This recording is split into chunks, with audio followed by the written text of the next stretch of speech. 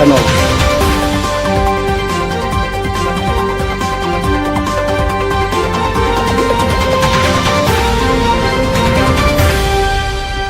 Good morning, councillors, everybody in the gallery. Can we remain standing for a moment of silent prayer and meditation?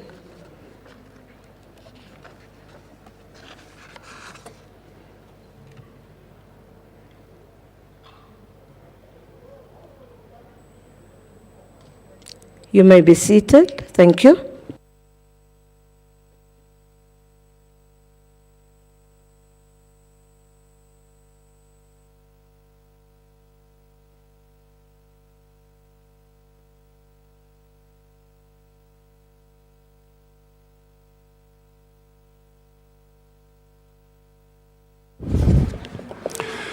Good morning, councillors. It is hereby notified that the continuation of the 42nd Extraordinary Council meeting of the City of Johannesburg Municipality will be held on Thursday, the 31st of July, 2025 at 10 a.m. at the Constance Konibabela Council Chamber in Braamfontein. And the first item on the agenda is opening. Good morning once again, councillors. Executive Mayor of the City of Johannesburg, Councillor Cllr Morero, Whip of Council, Councillor Zungu in absentia, Chair of Chairs, Councillor Marema, all political party leaders and whips, members of the Mayoral Committee, chairpersons of Section 79 committees, fellow councillors, Acting City Manager, Mr. Kekana, Secretary to Council, Mr. Andile Gobinga, officials of the City of Johannesburg, residents of the City of Johannesburg, members of the media present, ladies and gentlemen, I welcome you all to the continuation of the 42nd Extraordinary Council meeting of the City of Johannesburg Municipality. Please note that the Executive has requested that items 92 and 93 be elevated to be considered first, and I've acceded to the request. Further note that MMC Masuku requested that item 33 be moved back and considered when she arrives. At this point, I will allow 10 minutes for councillors to ensure that they sign the attendance register for this meeting before we verify the number of councillors present, so as to confirm a quorum. I thank you, councillors. Can we do that legal? And can we all ensure that we sign the register? Yesterday, we had one person that said they didn't sign and they were sitting in the meeting. Can we ensure that we sign and less movement? Thank you. Councillor Safumba. Thanks, Speaker. Just as soon as we start, could you kindly repeat what you have said about the items? We didn't get it. You were too fast. Thanks. I can repeat it now. Please note, the executive has requested that items 92 and 93 be elevated to be considered first, and I have acceded to the request. Further note that MMC Masuku requested that item 33 be moved back and considered when she arrives. I thank you.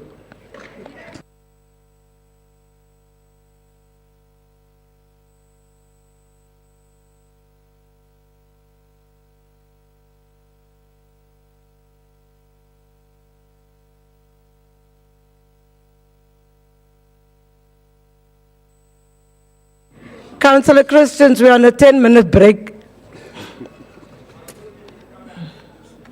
I know what you're going to say. I can read your mind, and that's why I've done what I'm doing now.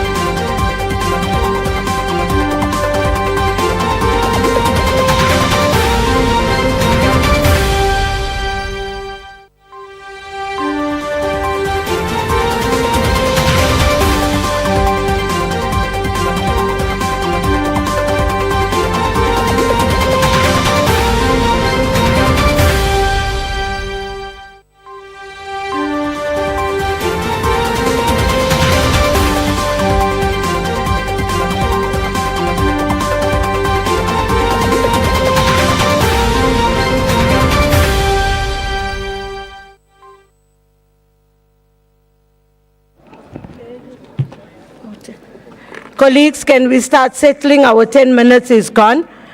Councillor Christians will hold me accountable. There's a little caucus outside. Can we move in?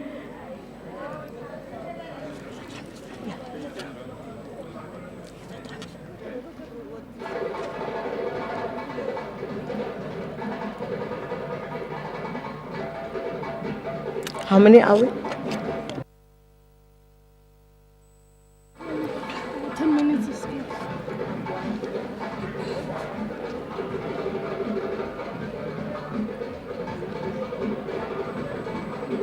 Tell them to.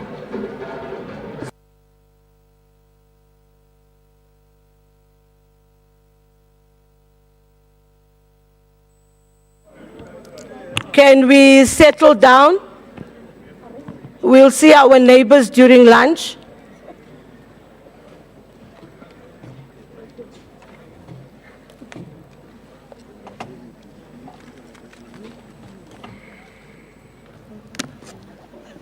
Sne.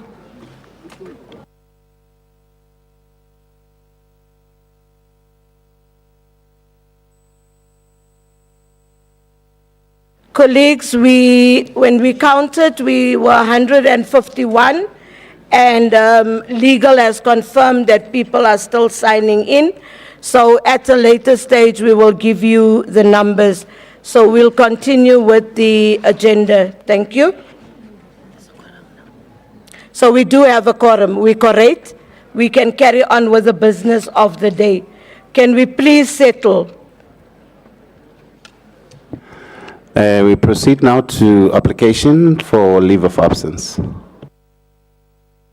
Councillor Avance Smith, Councillor Simon Say, any other hands? Councillor De Lange, Councillor Mohapi, and Councillor Harris, and the councillor from Atterbury, and the Councillor Marema, the chair of chairs, and then Councillor Abdul and Councillor Makuba. You know in which way we went, right? So I'm not going to repeat. Thank you. Start with Councillor Avance. Good morning, Speaker. Good morning, everybody. We have LOAs for Councillor Roberts, Councillor De Gama, Councillor Nkomo, Councillor Depi, Councillor Dews, and Councillor Hughes. We have late arrivals for Councillor Myers, Councillor Peterson, and we also have request to leave early at 2 p.m. for Councillor Seko. And yeah, I think that's it. Thank you. Good morning, Madam Speaker. Two late arrivals, Councillor Marilyn Smous and Councillor Debbie Volskutz. And then request to leave early, Councillor Paul Mokoena and Councillor Dwayne Ponsonby by 1 o'clock. Thank you.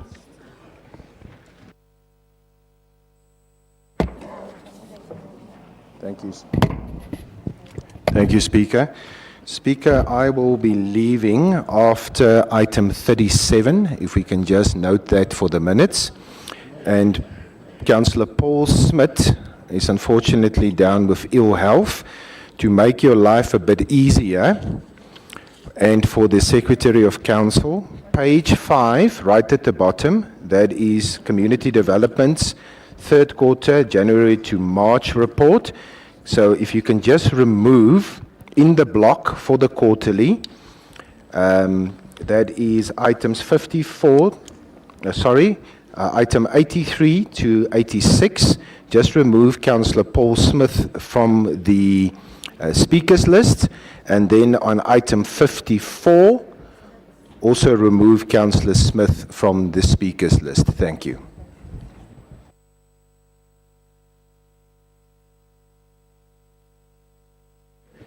Who was after Councillor De Lange? It's myself, Speaker. Thank you, Speaker. Greetings, everyone from the EFF caucus. Apologies, it's Councillor Ngosi, ill health. Councillor Ngwenya, ill health. Councillor Mulife, also ill health. Late arrival, it's Councillor Ntlapo, Councillor Makafula, Councillor Mcini Chwaku, Councillor Mulala. As EFF, we are requesting to leave at 3 o'clock, Speaker. Thank you.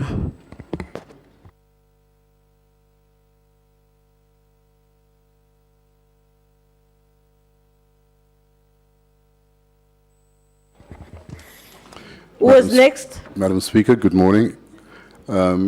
We kindly request to leave at 2:45. That's Councillor Mkonza and myself. Thank you.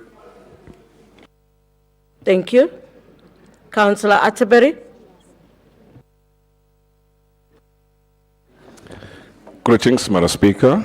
Thank you so much. We have got a couple of apologies. The first one is Councillor Ayanda Mkunu, ill health. Councillor Edwin Nsidi, ill health. Councillor Nicole Johnson, private business. Councillor Muluku, late arrival. And Councillor Zwane, late arrival. Thank you so much. Sorry, Madam Speaker, Councillor Delano Coverdale will be leaving at 3 o'clock. Councillor Zahid as well will be leaving at 3 o'clock. Thank you so much.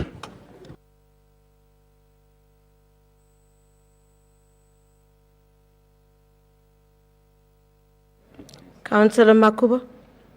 Kuba. Thank you, Speaker. For the IFP, Councillor Kanyile is out of the province. Thank you. Thank you. Councillor Abdul. Morning, Speaker. Morning, colleagues. Please, LOA for Councillor Mandla Mokoena on urgent personal business. Chief Chairs.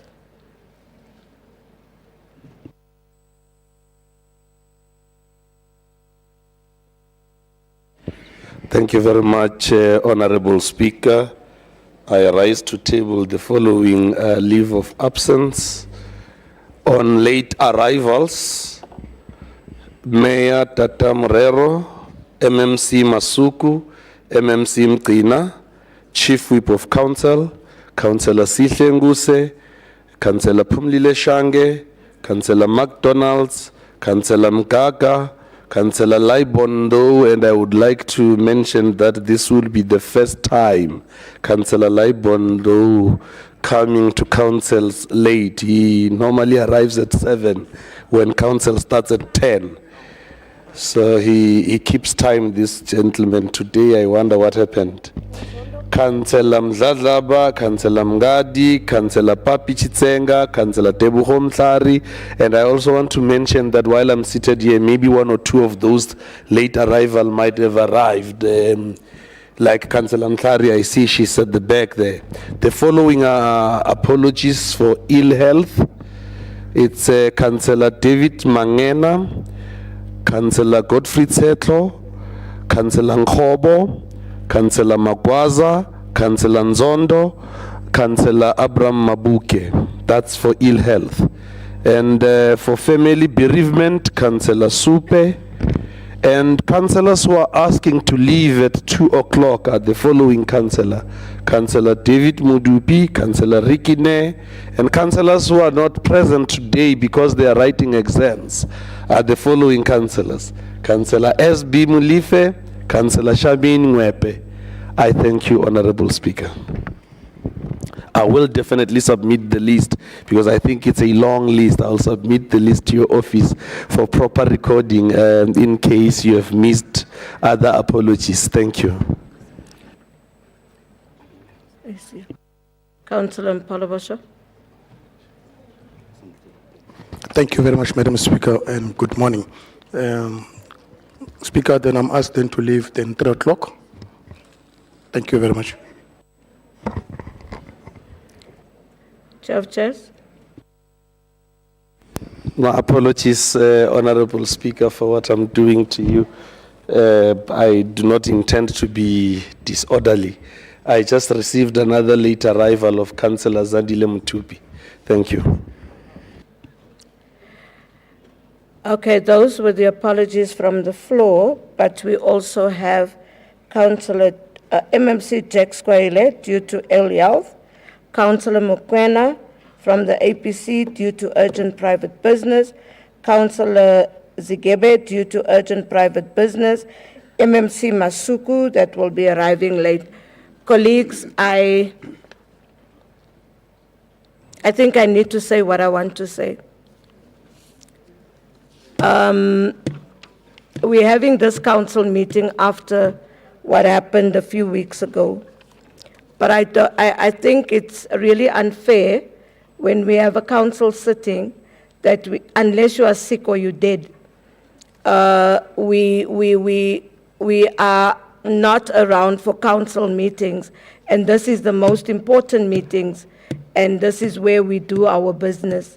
But we are all wanting to leave at 2 o'clock and 1 o'clock and what o'clock, and it will make that we don't correct. So I would ask that we do the business of the day effectively and efficiently so that by the time we leave, we have done the business of the day. We are trying to avoid to call extraordinary meetings with the cost constraints that we have. So if we can please ensure this is part of your work as a councillor. And it's the most important part of your work as a councillor. I was just saying to legal next to me, ever since I came to council in 2016, I have never missed, Councillor Safumba, a council sitting.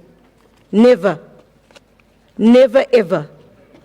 And yes, I know Councillor Marema as well and Safumba as well. So can we ensure that we are here on time and we attend these council sittings? I thank you. Then the second thing that I want to say is, Councillor Maila has written me a message that he has lost 1,800 rand in the chamber. I'm not sure, was it during lunch or after lunch or when? But Councillor Maila, we do have cameras. We are going to look into the cameras and we will look at who has taken it. So we will deal with that. I thought it was just right to announce it. Councillors, yeah. Can we then note the apologies? Thank you. Councillors, we are now on recommendations to council.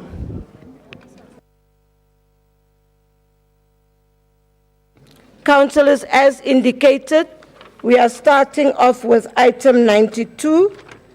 Are there any speakers on 92? Good. And then any other speakers? Can we get the list, please? Apologies. So we have councillor from Good, and then who else? From the ANC, Speaker. Yes, ANC. Councillor Makamu. Makamu. Action SA? No speaker. Freedom Front Plus? Yourself, Boer. Action SA? For Action SA, Councillor Mashala will speak. Thank you, Speaker. Mashala. EFF? Councillor Mukasi will speak on our behalf. Mokasi. Yes. Mokasi. Mokasi. Mukasi. Okay. DA? Sorry, Madam Speaker, the DA requests a 15-minute caucus break, please, so we can discuss which speaker we're going to put up. Thank you. Okay, let's just finish other caucuses. PA? No. The other political parties? AIC, are you speaking? AHC, COPE, ATM, IFP, UIM, Thank you. We'll grant the 15 minutes caucus for the, it's actually too long. You have a list of people that want to leave early. Okay, 15 minutes, thank you. 10 to 11, we'll be back. Can we also then, whilst we do this, decide on the speakers for 93? All of us, can we bring the list of speakers for item 93?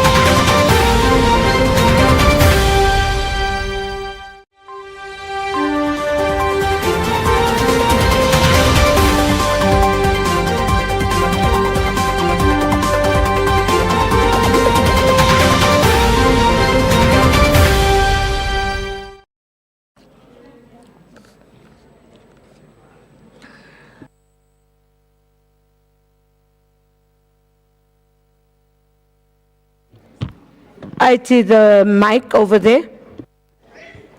Thank you very much, Speaker. We have worked out. Would you like me to give you the speakers' names now?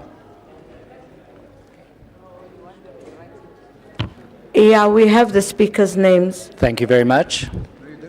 You can give it for the record. Can give it. On item 92, we will have Councillor Seko, and on item 93, we'll have Councillor Bev Jacobs. Thank you. Thank you so much. Can we get other political parties to give us their names? Councillor Harris, then Councillor Mogape, then the Mpasula. Thank you, Madam Speaker. Please. No, it's first Councillor Harris, Councillor Mpasula. You are last. Thank you, Councillor Harris. Thank you for protecting me, Madam Speaker. Please note Councillor Mkonza for item 93. Thank you.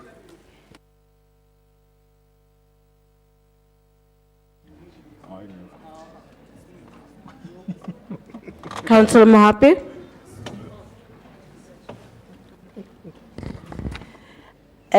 From the EFF caucus, item 91, it's Councillor Zita. Item 92, it's Mokasi. Councillor, it's 92 and 93. Or it's 92, it's Mokasi, 93, it's Ndwele.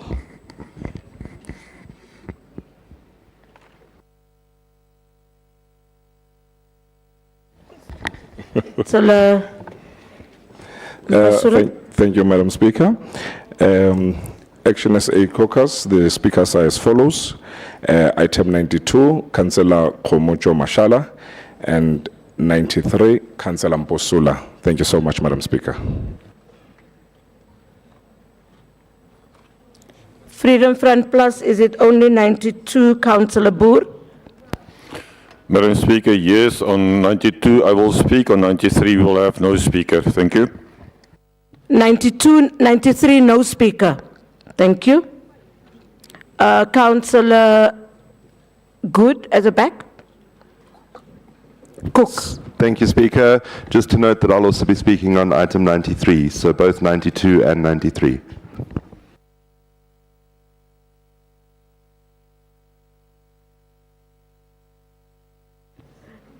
Okay, the speakers are as follows, just to ensure we have everyone. ANC 92, Makamo. Freedom Front Plus, Councillor Boer. EFF, Councillor Mokase. Action SA, Councillor Mashala. DA, Councillor Seku. And Good, Councillor, what's his name? Councillor Cook. And then 93, the ANC is Councillor Mpago. DA, Councillor P. Jacobs. EFF, Councillor Ngwenya. Ndwele. Okay. Freedom Front Plus is not speaking. Action SA has Mpasula, ICDP in Konza, and then Councillor Cook again. Have I captured everybody? I've captured everybody, right? We are ready to go.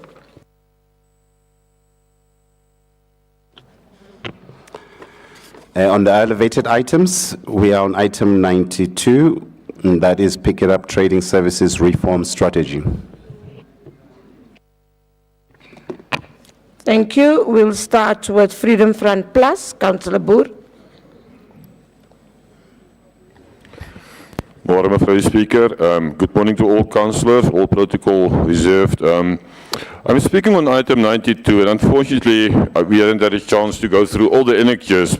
But this program is welcomed by the Freedom Front Plus. It is a long overdue reform that is taking place, and Pick It Up is one of the entities in the city that is really trying their utmost with very limited resources without having their new vehicles.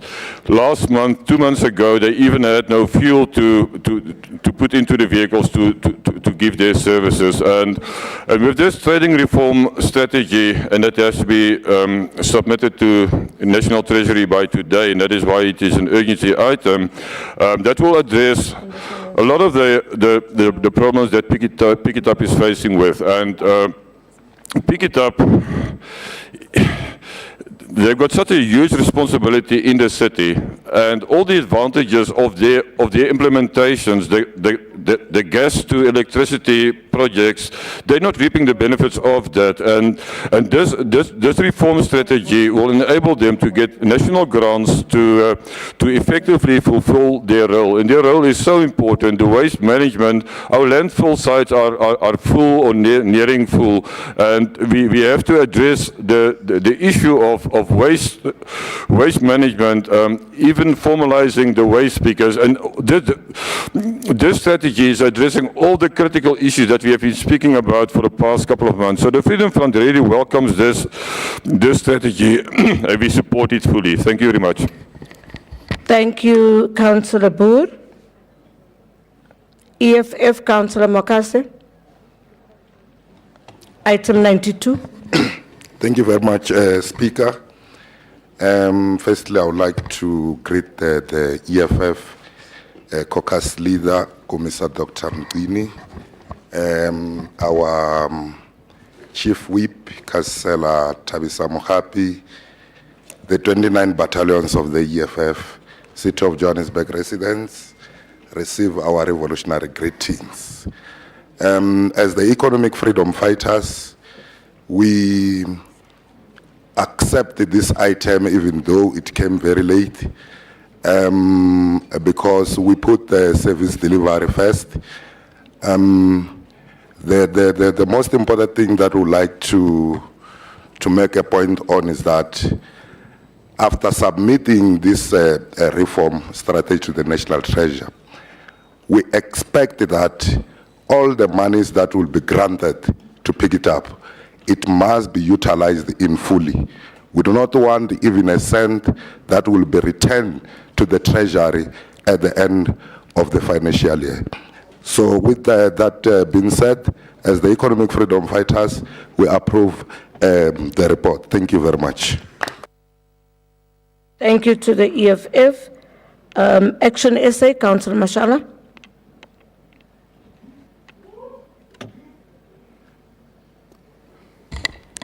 Thank you, Speaker. I rise to speak on item 92. Madam Speaker, Action essay is pleased to approve the Pick It Up Trading Service Reform Strategy. Speaker, as Action essay, we've been advocating for landfill airspace that is nearing depletion in the city. So we are happy that finally this is receiving the attention and funding from National Treasury. And finally, waste pickers will be formalized and benefit from this initiative. Madam Speaker, waste picking provides job creation and poverty alleviation in times of hardships. Furthermore, waste pickers are the backbone of recycling in many global South African countries.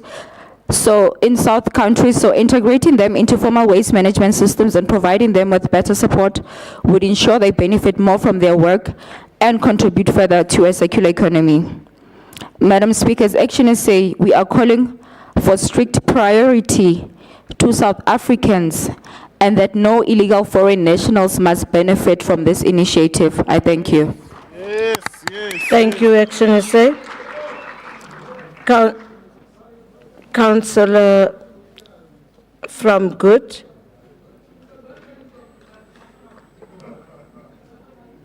Thank you, Speaker. Today, this council considers the Pick It Up Trading Services Reform Strategy, a document that, if handled correctly, could signal a major turnaround in the way our city deals... Just hold on, Councillor Cook. Councillor Mohapi and your neighbour of Action essay, please, colleagues. Thank you, Councillor Cook. Thank you, Speaker. As I was saying, today this council considers the Pick It Up Trading Services Reform Strategy, a document that, if handled correctly, could signal a major turnaround in the way that our city deals with waste, recycling, and urban cleanliness. The Good Party supports the intent of this strategy. For far too long, Joburg's waste systems have collapsed under the weight of broken vehicles, blocked landfills, illegal dumping, and mismanagement. This is not a logistical crisis. It's a political one, and it demands political accountability.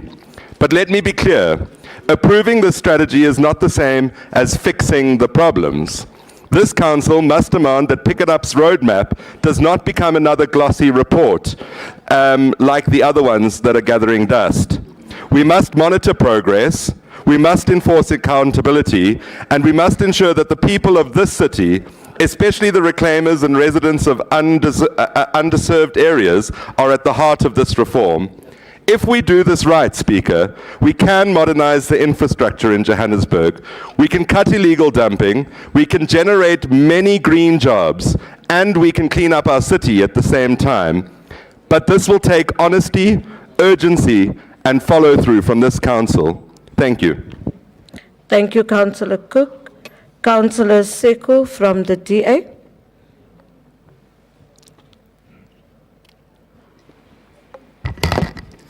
Thank you, Speaker.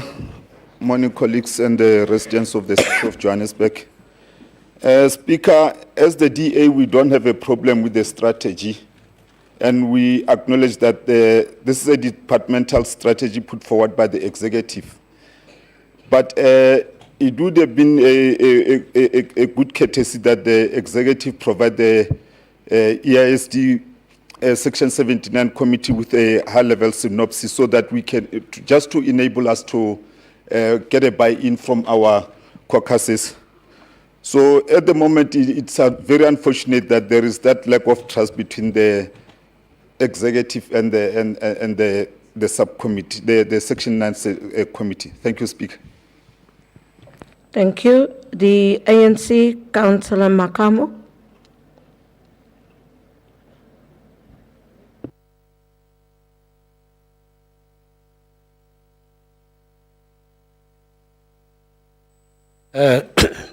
Speaker of Council, greetings to all councillors, Chair of Chairs, officials and residents of the city of Johannesburg. Speaker, the ANC welcome and approve the Pick It Up trading reform strategy. One, on reason that this strategy will ensure that Pick It Up continues to participate in the Metro Trading Services Reform Program with other metros. Two, the implementation of the Metro Trading Reform Strategy will result in Pick It Up to continue benefiting on the following. One, operational and financial sustainability. Two, improve infrastructure. Three, increase transparency.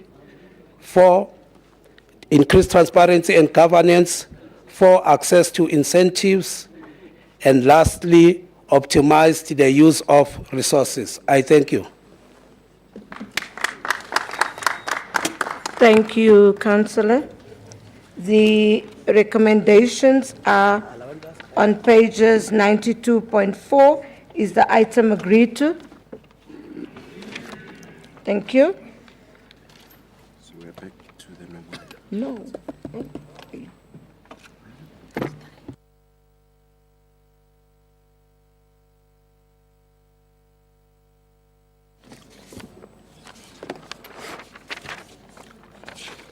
Councillor Christians. Thank you, Madam Speaker. Madam Speaker, there was some no's when you asked of the item, and I rise in terms of Rule 84, where the Democratic Alliance would like to, wishes to have our party's opposition to this, as these reports were received very late with a number of annexures. While we understand that the principle of the strategy is accepted by Council and then goes to committee, it didn't give us an opportunity to interrogate those reports properly. Thank you. Councillor Christians. The speech said you are fine with it. Item 93 is the acceptance of the HIV/AIDS conditional grant from the Gauteng Department of Health to implement the HIV and AIDS door-to-door HIV education program and AIDS Council coordination for the 2025-26 financial year. Thank you, councillors. We'll start with good. Councillor Cook.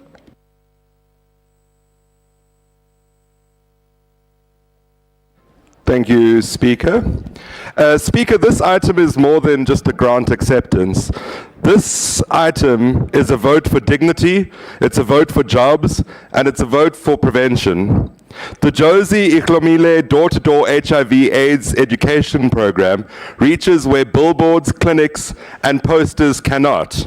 It gets into people's homes, it gets into their conversations, and it gets directly into the streets of communities who desperately need this help. Speaker, we cannot ignore that over 2.4 million people were reached in just 9 months with this program, and nearly 22,000 individuals were referred to support services. Speaker, these are not just numbers. These are interventions that may have prevented infections, they've restored hope to families, and they've linked families to the care that they need so desperately. As Good, we fully support the acceptance of this grant and the continuation of this program. However, our support does not mean that we will be silent on the matter. We must guard this program, not only from underperformance, but from political abuse. EPWP jobs must be fairly allocated, communities must be involved, and ward councillors must be informed what's going on in their wards. And the impact of this program must be shared here in council. It cannot be hidden from us. Speaker, STIs and HIV are killing our people. They're killing many of our people. We must act compassionately. This program gives us a chance to do that. Good supports the grant acceptance.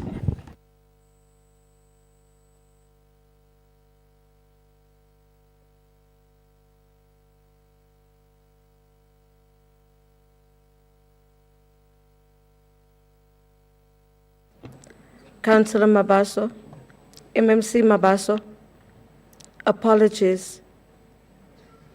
We've closed the item. Apologies. You were supposed to respond for Councillor Cllr.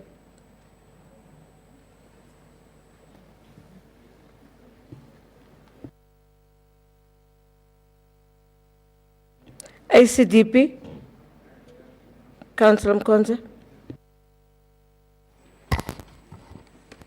Yes, thank you very much, Madam Speaker. Congratulations once again for taking back the Speaker's seat. We have congratulated you, but congratulations once again. Allow me to first acknowledge our Almighty God, eternally existent in 3 persons, God the Father, God the Son, God the Holy Spirit. To also acknowledge Can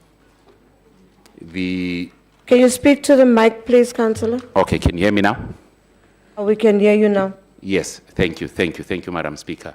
I was just acknowledging our Almighty God, eternally existent in 3 persons, God the Father, God the Son, God the Holy Spirit. To also acknowledge the Executive Mayor in absentia, and with his executive, the other councillors, ACDP constituents, the residents of our beloved city, Johannesburg. I greet you all in the wonderful name of our Lord and Savior Jesus Christ, the Prince of Peace. Amen. Amen. Allow me to first quote from my guiding manual, the Bible, from the book of Luke, chapter 16, verse 10. The one who faithfully manages the little he has been given will be promoted and trusted with greater responsibilities. But those who cheat with the little they have been given will not be considered trustworthy to receive more. Madam Speaker, I stand to speak on item 93.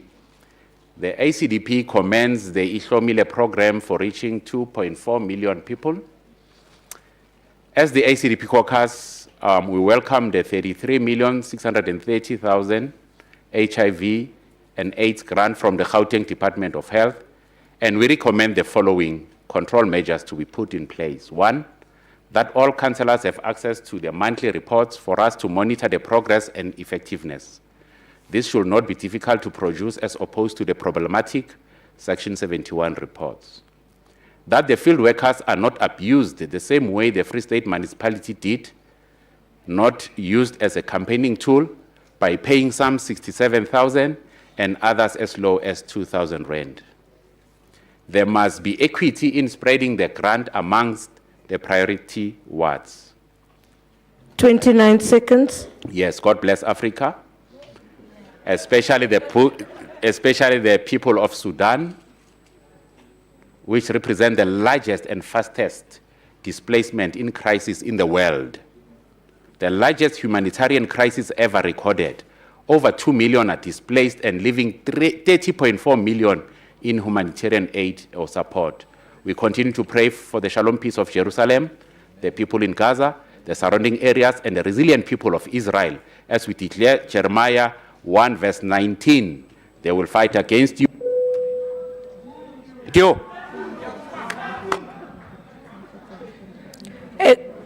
Action essay, Councillor Mapasula.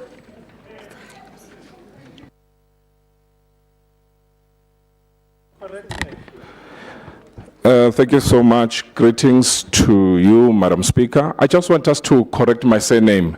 Yeah, because you've been butchering it from yesterday. It is Councillor Mposula. Councillor Mposula. Sula. Thank you so much, Madam Speaker. Thank you so much. Madam Speaker, I have got a concern here. As much as we welcome and we want to approve this grant, you will notice that the letter that was sent by Treasury, and it's dated the 13th of June, 2025, it still addresses Floyd Brink. And Floyd Brink is no longer the city manager. So I just want to find out what will be, the legal implications of this, because it's a new letter that was documented on the 13th of June, and by then, Floyd Brink was no longer the city manager. So I just want us, to get comfort that we won't have any issues, and how are we going to rectify that? But Madam Speaker, Action SA really approves this conditional grant of 33.63 million for the year 2025-2026 financial year. This grant will enable the city to continue impactful Josie Ihlomile door-to-door HIV education program and strengthen AIDS Council coordination, aligning with the priority of delivering sustainable, high-quality services to underserved communities. Madam Speaker, the program targets reducing new HIV infections through door-to-door, and we welcome that, and this grant will play a significant role. It integrates with National Strategic Plan for HIV and AIDS, TB and STIs, 2023-2028, focusing on equitable access, resilient health systems, and community empowerment. As Action SA, we approve this report. Thank you so much. Thank you, Councillor. Councillor from the EFF, and what's the name? Councillor Ntwele.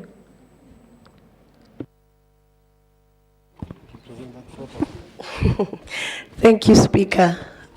Speaker, I would like to greet the caucus leader of the EFF in his absentia, Komisa Mcinichwaku, the chief whip of the EFF, Fighter Tabisa Mokhapi, and the CIC of the social media fighter Tiselane Chauke there in the Cllr leadership. Thank you so much. Speaker, the EFF would like to approve the report. Thank you.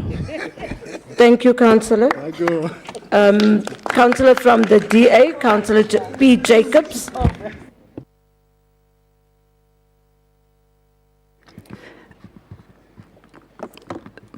Honourable Speaker, today I rise, all protocol observed, today I rise to speak on the HIV grant of 33 million from the Gauteng Department of Health. While the program's purpose is to educate households, refer individuals to care, and integrate health and social support services into our community, the reality is far less effective. The door-to-door approach is outdated and increasingly irrelevant, with many doors both literally and figuratively remaining closed. We must ask this, is this model truly delivering results, or are we simply repeating the motions year after year?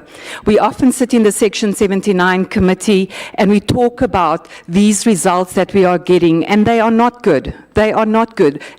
The funding will support 661 expanded public works programs, field workers, including educators, ward team leaders, and data coordinators.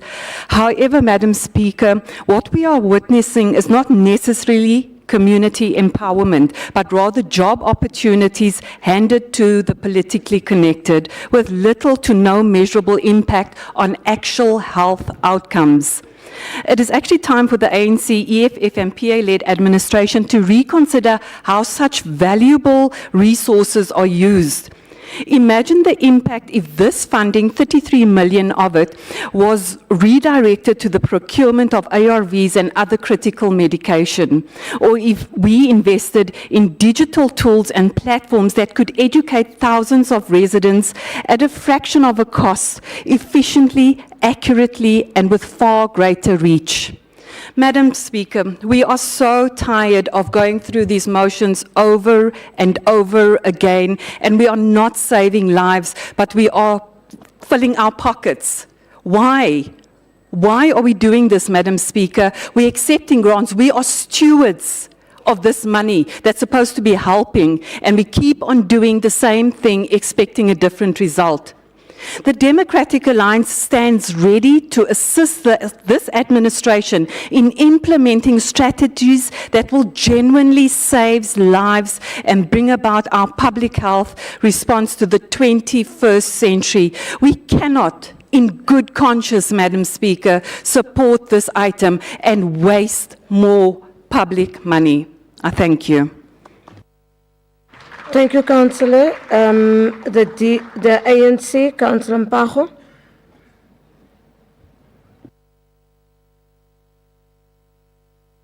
Thank you, Speaker. I rise on item 93. The ANC fully supports the acceptance of this grant, which will provide a much-needed substitute for the withdrawal of UN financial assistance. The funding will ensure our healthcare system is equipped to meet the needs of those affected.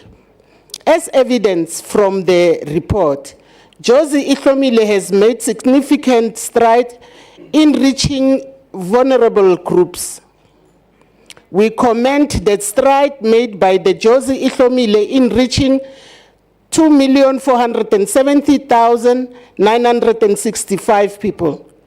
The ANC believes that every resident of Johannesburg deserves access to quality health care, and we will continue to work towards achieving this goal. I thank you, Speaker. Thank you, Councillor. MMC Makafula.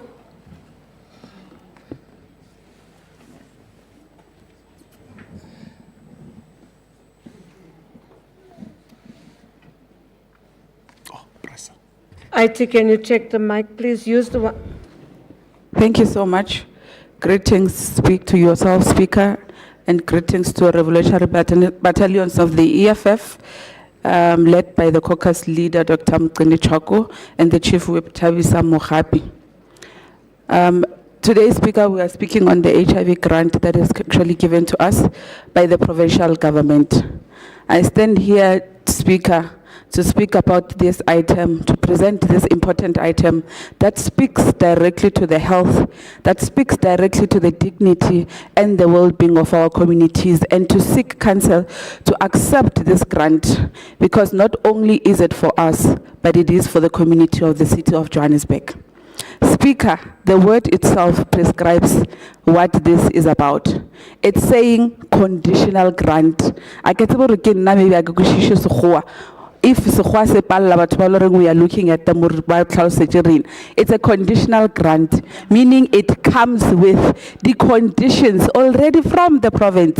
So what is it that you expect us to do outside what is actually in the paper that we are supposed to follow? Honorable Speaker, the reality we face really is sobering.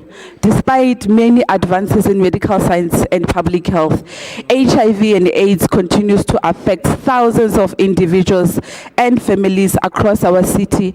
And despite the ongoing campaigns in the department, such as the Close the Gap campaigns to address the grievance of those living with HIV and AIDS, we really need the support. As a municipality, we cannot afford to be indifferent, nor can we afford to be under-resourced in our response. The Gauteng Department of Health has extended a conditional grant to support municipalities in their role of fighting HIV and AIDS at a local level. This grant is specifically intended to support HIV and AIDS education programs, including targeted door-to-door campaigns, to ensure that even the most vulnerable and hard-to-reach residents receive accurate, life-saving information and care. The coordination and strengthening of HIV and AIDS council structures to also enhance integrated response to civil society, government departments, and also community-based organizations. It's also meant for capacity building, community mobilization, and also effective monitoring of HIV-related interventions.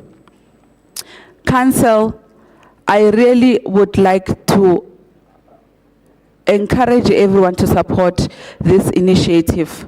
This grant will empower our municipality to scale up education, to scale up prevention, and to also scale up awareness efforts, and to reduce the stigma and to improve access to vital services. The door-to-door campaign, the Josie Tlhomile, as we know, in particular, it's meant to bridge the gap between clinics and communities, making our public health approach more personal, more accessible, and more impactful. I therefore humbly request the Council to approve the acceptance of this conditional grant from the Gauteng Department of Health. This is not just an administrative step. It is a commitment which is aimed at saving people's life, which is aimed at empowering our communities and also building a healthier city. Please, let's not politicize politicize. Therefore, Speaker, I fully support that the Council please approve this report. Thank you. Thank you, MMC. The recommendations are on pages 93.5 to 93.6. Is the item agreed to?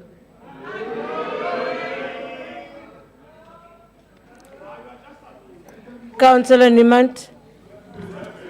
Ja, dankie mevrou die voorsitter beampte. In terme van reël 84 vra ek dat die demokratiese alliansie se oppositie teen die stemming se huidige vorm op rekords opgeneem sal word in die amptelike notules van die raad. Baie dankie. Councillor Niemand has actually stood up on the rule that Councillor Christians always says, and they are saying that they are not agreeing with it, and that we must note the dissent of the DA. Is ek reg? I translated. Thank you, councillors. The item is carried. It's only the DA's dissent.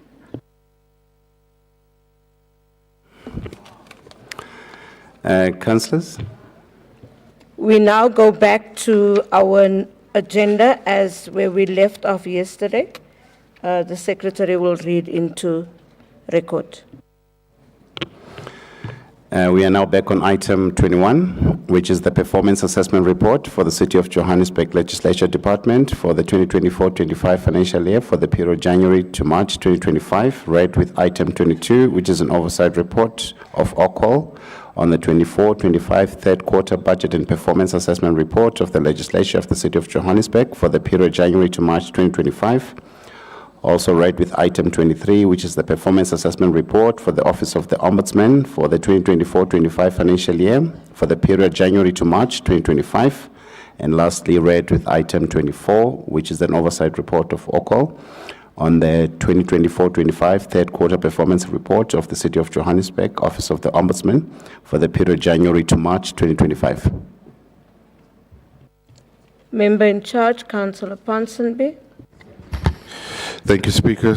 Madam Speaker, I rise to table the following items for the Oversight Committee on the Legislature quarterly performance reports on the Legislature and the Office of the Ombudsman. Item 21, Performance Assessment Report for the City of Johannesburg Legislature Department for 2024-2025 financial year, third quarter for the period January to March 2025.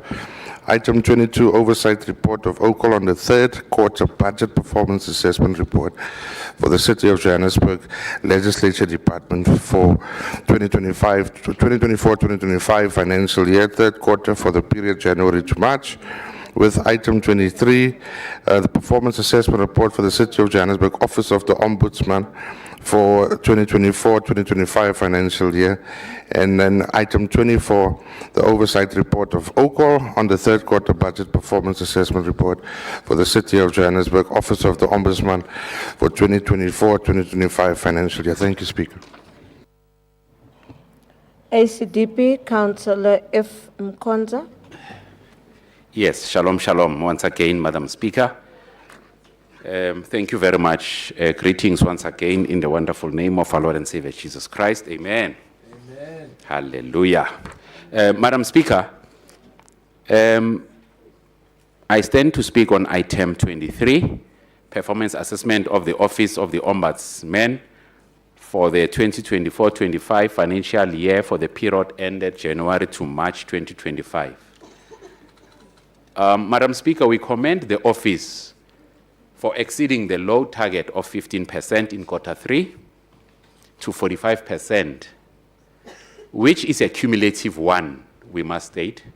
Congratulations. In essence, this KPI has underperformed as the actual performance in quarter 3 is 11%. So we need the office to clarify this for us, because compared to quarter 2, there is a 10% decline when we do our calculations. We further congratulate the office for the achievement of KPI number 9, which was not achieved in the previous 2 quarters, which is the departmental invoices submitted to Group Finance for payment within 30 days of receipt. We also acknowledge and appreciate the appointment of the trainee investigators, which assist the office in prompt case resolutions. The Joshco team must take some lessons from this office. We will closely monitor KPI number 7, which is the CAPEX budget in the 4th quarter, which has revealed a 13% decrease in spending. The regional analysis reveals that Region D has 7 complaints accepted for investigations, a very low number compared to other regions. Yet this long overdue case number, which I have stated in this chamber, reference OCOJ 23/0010657 of Lekoba Company from Soweto, is still pending and not yet resolved. Where is respect for human rights for these young entrepreneurs of Soweto? How do we improve the low level of trust in public institutions and politicians 40 seconds. if we don't even respond to questions asked in council? Madam Speaker, we note the report, though the quarter 3 has shown a 25% decrease in finalization of cases compared to quarter 1 and an improvement of 15% compared to quarter 2. I thank you, Madam Speaker. Thank you, Councillor. Councillor Avante Smith from the DA. Thank you, Madam Speaker. I rise today on behalf of the Democratic Alliance to address a matter of deep concern, a matter that strikes at the very heart of our democratic system here in the city of Johannesburg. The consistent failure of the legislature, and more specifically the offices of the Speaker, the Chair of Chairs, and the Chair of Chairs to perform their constitutional duties with integrity, impartiality, and efficiency. Let me be clear, the DA supports strong institutions. We support meaningful oversight. We support transparency and accountability.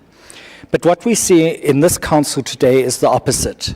A legislature weakened by politicization, paralyzed by instability, and failing the very people it is meant to serve under the ANC-EFF-PA Action SA coalition.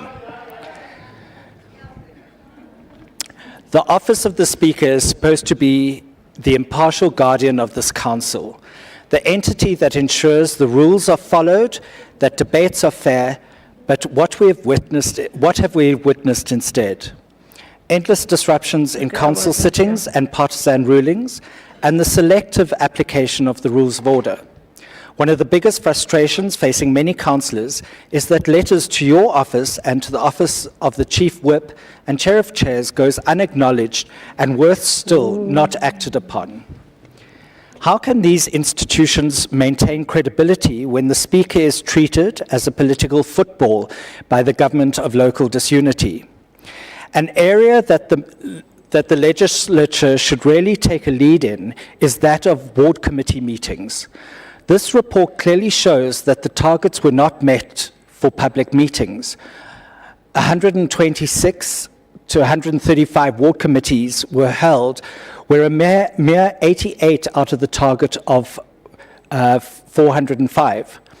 The lack of ward committee meetings has been an ongoing saga through a succession of speakers. Ward committees have been politically hijacked and used by members for gain or prestige with little or no oversight or controls. Ward committees are a mechanism to assist the executive to react to and allow public participation. However, this is simply not happening. The Q3 report mentions weak management practices and low consequence management as a root cause of service delivery deterioration, pointing to leadership failures. The low rate of improvement, across the implementation of the strategic risk action plan, still 60%, reflects poorly on committee performance. This clearly shows a lack of adequate oversight. The Chair of Chairs has reduced oversight to a box-ticking exercise, stripping Section 79 committees of their intended power. The Chair of Chairs is entrusted with overseeing our Section 79 committees, vital instruments for holding the executive accountable. Yet these committees are under-supported, treated with disdain by the officials, and in some cases outright ignored. According to the third quarter performance plan, joint oversight visits and public petition responses were supposed to be prioritized. Yet the record of oversight visits conducted within Johannesburg for Q3 is woefully thin, and when undertaken, little or no consequence management for the failures observed happens. Where is the accountability? Where is the performance review that residents of this city are entitled to? This council boasts about inclusivity and public engagement, but the lived experience of our residents tells a different story. Real public participation is absent in practice, but present in lip service. The DA receives daily complaints from residents who submit petitions only to be met with silence. The so-called People's Legislature is missing in action when it comes to listening to the people. We must ask, is this silence incompetence or is it intentional? Whilst not forming part of this report, recently the Regency demarcation public participation was advertised by the Speaker's office as a 9 a.m. to 4 p.m. scheduled event, where the officials left at midday, adding to the confusion and low public participation due to the last-minute changing of venues, times and dates, a foreshadowing of the Q4 report perhaps. Meetings with officials are either cancelled at the last minute or even worse, called at the last minute. 10 seconds left. Thank you, Speaker, which hampers residents and reduces public participation to a mere tick-barking exercise. Madam Speaker, you have the opportunity opportunity and the obligation to restore the dignity of your office. Chair of Chairs, your mandate is to oversee and to act. Use it. Don't sleepwalk through your term. And to my fellow councillors, I say, Johannesburg deserves better. If we fail in this chamber to uphold transparency and effective oversight, we are no better than the broken systems we claim to oppose. Let us get back to basics, restore the integrity of the House. Let us govern for the people, with the people, and in full view of the people. The DA notes this report with reservations. Thank you. Thank you. Action essay, Councillor Atterbury.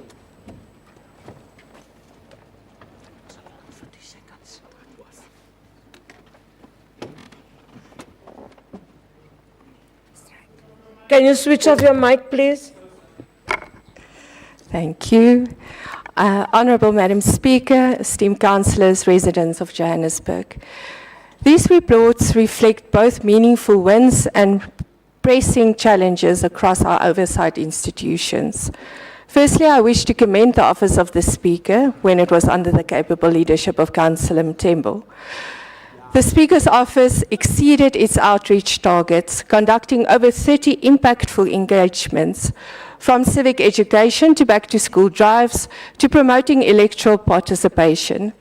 These programs are practical demonstrations of a legislature that places people first, aligning strongly with Action SA's visions of a participatory, responsive government. Administrative excellence was also evident in maintaining 100% compliance with council sittings and leading the transition into a smarter, more paperless council. These initiatives brings us closer to a more modern, efficient governance model. However, Honourable Speaker, we must confront the stark underperformance of our ward councillors and committees. With only 56% of councillors holding public meetings and less than 22 of the planned ward committee meetings convened, we are witnessing a breakdown in our most basic democratic interface. These failures are not technical, they are ethical. When residents lose access to their representatives, they lose faith in the system. Action SA calls for urgent consequent management and proposes integrating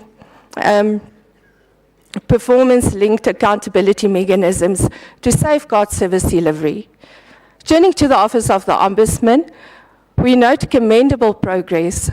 The Office achieved a 92 organizational performance score, resolved 62% of accepted complaints and exceeded targets on own initiative investigations and reduced case backlogs with 45%. These metrics shows a commitment to addressing maladministration and promoting accountability. However, 140 cases remain at intake or pending, many of these which relates to delayed service delivery, neglected infrastructure or unresolved housing issues. The Ombudsman's growing caseload reflects a symptom of failing departments, particularly the Joburg Roads Agency, Johannesburg Water and Pick It Up. We therefore strongly recommend coordination between the Ombudsman, Group Governance and Section 79 committees to ensure timely implementation of remedial actions. Lastly, we urge Council to fast-track filling critical vacancies within the Ombudsman's office and finalise leasing matters to ensure full budget execution. In conclusion, we celebrate the successes of our oversight institutions, but we must not lose sight of the work ahead.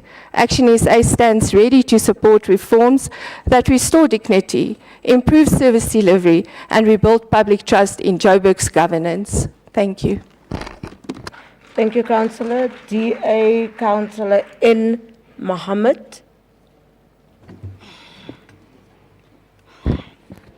Honourable Speaker, fellow councillors, officials, members of the public present in the gallery and residents of the City of Johannesburg, I greet you all.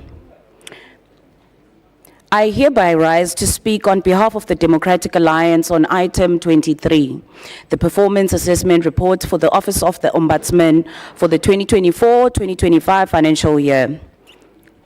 In local government, the importance of the operating expenses budget is critical to the daily functioning of the municipality and, by extension, the Office of the Ombudsman. According to this report, only 72% of the Ombudsman OPEX budget was spent, leaving a variance of 28% underspent. On the capital expenditure budget, while the intended target was 85%, actual spending reached 87%, reflecting a 2% positive variance. However, capital spending alone does not measure performance. The underspending on OPEX, however, reflects serious concerns. Variances are seen across employee costs, contracted services, general expenditure, and internal charges. The stated reasons for underspending include unfinalized lease agreements and unfilled vacancies. Furthermore, the Ombudsman's office continues to face significant challenges: irregular billing of water and electricity, including incorrect meter charges, overbilling, and delays in linking accounts to actual meter readings. Persistent failure by other departments to implement the Ombudsman recommendations. Insufficient skilled human capital and a lack of critical resources to fulfill its mandate. Compliance challenges, particularly regarding occupational health and safety standards. Speaker, this reflects systematic governance failures under the leadership of the ANC, EFF, PA, and Action SA coalition, which fails to ensure cross-departmental accountability, consequence management, or efficient internal processes. The way forward must be clear and decisive. Strengthen OPEX budgetary controls with rigorous standard costing and variance analysis to identify and correct weaknesses. Address the persistent vacancies by prioritizing skilled, experienced, and qualified personnel, ensuring that appointments are based on merit and not cadre deployment. The Ombudsman must implement the structured, formalized engagements with 7 departments. seconds left, Councillor. Thank you. Responsible for implementing its recommendations. These departments must no longer be allowed to ignore or delay compliance. Speaker, the Democratic Alliance firmly believes that the Ombudsman's office is a critical institution to protect the residents' rights, ensure administrative justice, and strengthen public confidence in local government. But its effectiveness depends on leadership committed to consequence management, professional competence, and decisive action, principles which the Democratic Alliance has demonstrated in the municipalities.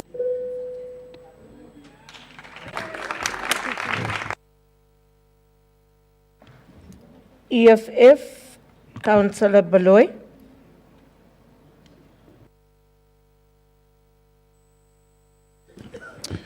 Thank you very much, Speaker, and congratulations on your new appointment. Since from yesterday, I've been trying by all means to respond.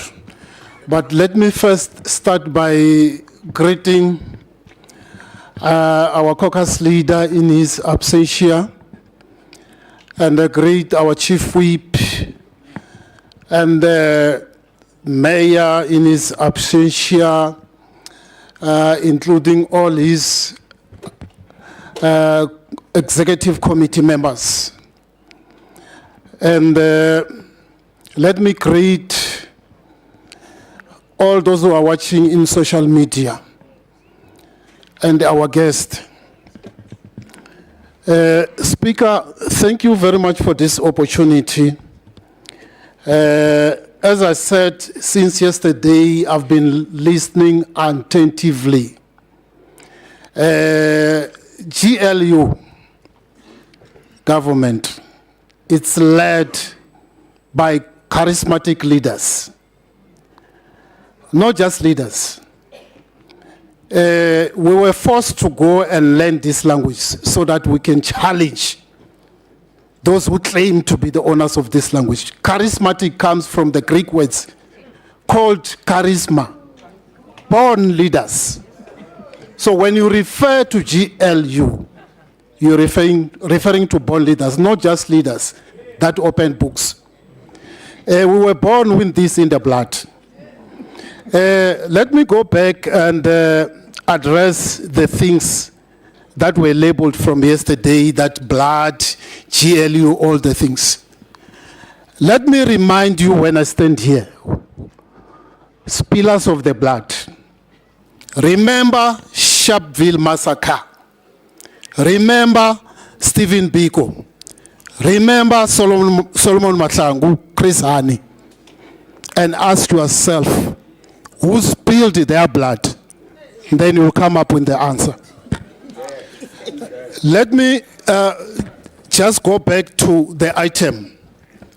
Yes, the economic freedom fighters agree strongly. Councillors, we have a councillor on the podium. We are trying to hear what he's saying. Thank you. Yeah, I hit the nail anyway. Capacitation of councillors is needed. As we see, some are trying to distort the history of this country. We need to improve on capacitation of councillors. 39 that is in there is a low number. I agree that we need to improve that. We also need to improve on the oversight visit, because the two that is there is not convincing. The issue of... Councillor, you have 40 seconds, ne? Oh, thank you very much. The issue of what councillors, those that were touched, the issue of challenges that are in there, the bylaws, I strongly believe that the government of GLU is going to address that, because we are born leaders. Thank you very much. Thank you, Councillor. The ANC, Councillor Lobby. Thank you, Madam Speaker. Greetings to you, Madam Speaker. Greetings to the Executive Mayor on his absentia and the Chief Whip of Council. Greetings to our Chair of Chairs, Councillor Marema. Greetings to all chairpersons of Section 79 and all the MMCs that are here. Greetings to the hard-working ward councillors of the city of Johannesburg, the guests in the gallery, and the residents of city of Johannesburg. Madam Speaker, I rise on item 21, 22, 23, and 24. Madam Speaker, there are challenges that are faced by the legislator, as we can see the targets that are not being achieved. There is a concern on public meetings, Madam Speaker. We were supposed to be reaching the target of 100%, but it is only 56%. It means that, Madam Speaker, there is a challenge that this committee and the legislator need to address. And that challenge, Madam Speaker, is the safety of councillors. Councillors cannot call public meetings because their safety has been compromised. I don't know, Madam Speaker, when is this House going to take serious the safety of ward councillors?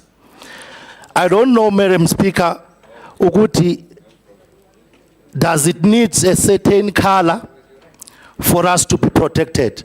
Because by now, you were going to call it a genocide. But because of the other side of the House, they can call public meetings online, and as councillors who are leading in the township, we cannot do that. We really want to achieve this target to 100%, but we really need assistance in terms of that safety. Madam Speaker, as the ANC, we note and approve this item. Thank you. Thank you, Councillor Lobby. Chair of Chairs, Councillor Marema.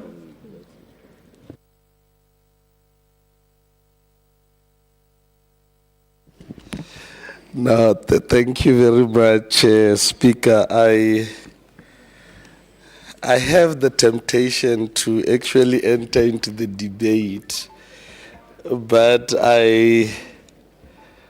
I want to state categorically that pedestrian politics are not my things. The proof is in the pudding, and I think if you refer to the quarter that is before us that we have tabled, you would see that there are a number of challenges that are there in as far as the report and the targets that needs to be achieved. And we, like what Amil Cabral always say, that must not lie. You tell it like it is. We do acknowledge the fact that perhaps those councillors that stood up and argued that we are sleeping on duty, perhaps they lack the appreciation of the standing of the city of Johannesburg in as far as separation of powers is concerned. And I want to believe that if one, and I want to invite any councillor in the city here just to look and observe on the mechanism that is used vis-a-vis separation of powers is concerned. Let me make reference to this to bring it home to councillors. We are now currently entering into a season of what we call strat sessions or strategic planning sessions by Section 79 committees. Traditionally in the city of Johannesburg, committees will go out for 2 to 3 days, entirely out. But if you look at the argument of the executive from where we are standing now, the executive is arguing that the city is cash-strapped. Now, if the city does not have money, it means that those strat sessions will only be held at the city facilities or closer by where we are, as a result of the city.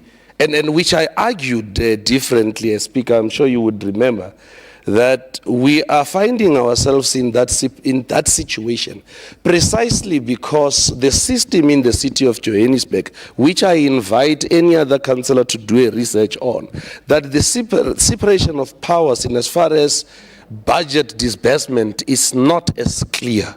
Because the legislature should not be, even if you are to argue cost containment, the city itself and the legislature should have its own budget that sits somewhere that it administers, wherein the finalization of everything is from the city manager. But as it stands, we hold the executive into account. But for us to do that, we have to ask the executive for money. Now, if you understand the context of separation of power that I'm trying to drive to yourself, then you will retract the statement that says the oversight of the legislatures are sleeping and they're not doing their... In fact, he says we're sleepwalking or sleeping on duty, which clearly indicates his lack of understanding of the stature of how separation of power in a practical context of the city of Johannesburg is concerned. And I want to close it by saying, Speaker, that, and I want to implore everybody, unfortunately the executive in their majority are not here, I want to implore everybody that going forward, we should change that. In our budget, when we do budgeting, it should be stated clearly that legislature budget, it's this. And this facility for strat plans. And they say Toy and the councillor is in the strat plan. A councillor will be forced to get out of the strat plan and go and deal with the crisis in the ward, which if you had taken them away, you would have what you call return on investment, fully participation that doesn't get distracted. But let me come again to 4 seconds left. let me come again, Speaker. I'm sorry, unfortunately, I don't have that much time or luxury of time. But let me come again in the issue of public meetings. That you must look at the targets that are received. Who are these councillors that are not holding public meetings?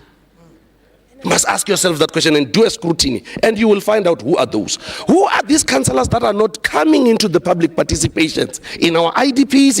You must do that scrutiny. Proof is in the pudding. Now, lastly, that's not the only target that, as far as OCOL's report is concerned. Councillors who are in areas, do a scrutiny. Who amongst ourselves here owes the city? Yes. Do that scrutiny. Yes. Does that qualify you saying that we're sleepwalking when you owe the city and you know the law? Yes. Let me submit to that. Thank you. I ask Council to note. Thank you, Chair of Chairs. The member in charge, Councillor Ponsonby. Thank you, Madam Speaker, and thank you for the Councillor inputs. Tuera. Councillor Caldine. Thank you, Madam Speaker, and thanks for valuable, powerful inputs.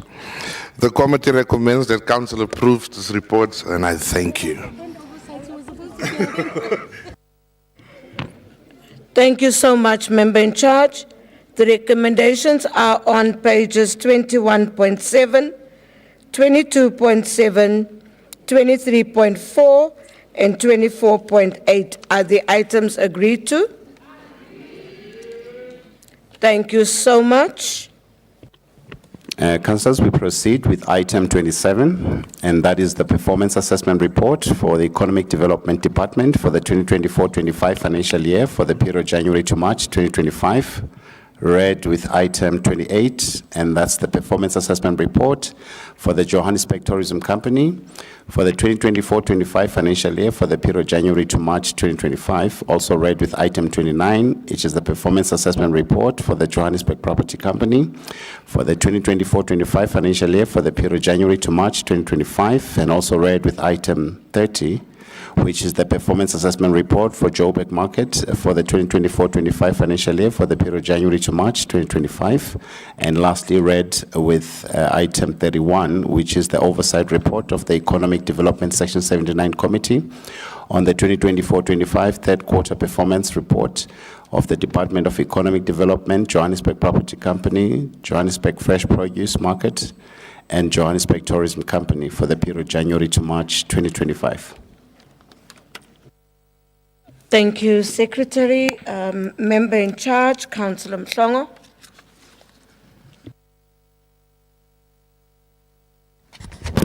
Thank you very much, Madam Speaker. Good morning to yourself. Good morning to the Mayor in absentia, Chief Whip of Council in absentia, Chair of Chairs, Section 79 chairpersons, fellow councillors, and members in the public gallery. Good morning to all of yourselves.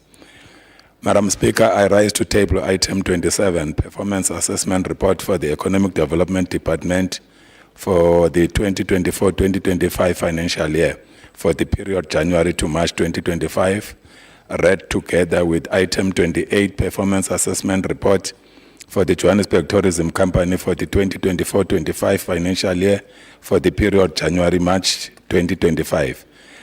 Read together as well with item 29, Performance Assessment Report for the Johannesburg Property Company, SOC Limited, for the 2024-25 financial year for the period January to March 2025. Read together with item 30, Performance Assessment Report for the Johannesburg Market, SOC Ltd, for the 2024-2025 financial year for the period January to March 2025.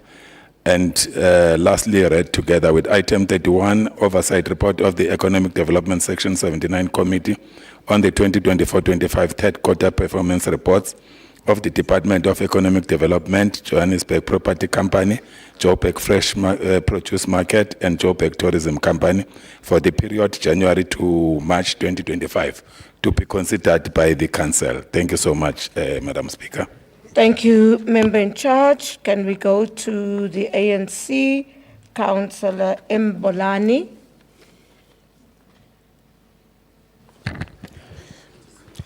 Greetings, Madam Speaker. Greetings to the Executive Mayor in absentia. Greetings to the Chief Whips. Greetings to the progressive MMCs and greetings to progressive councillor and fellow councillors and greetings to the residents of Johannesburg. Madam Speaker, allow me to speak on item 27 and item 28 and item 29 and item 20.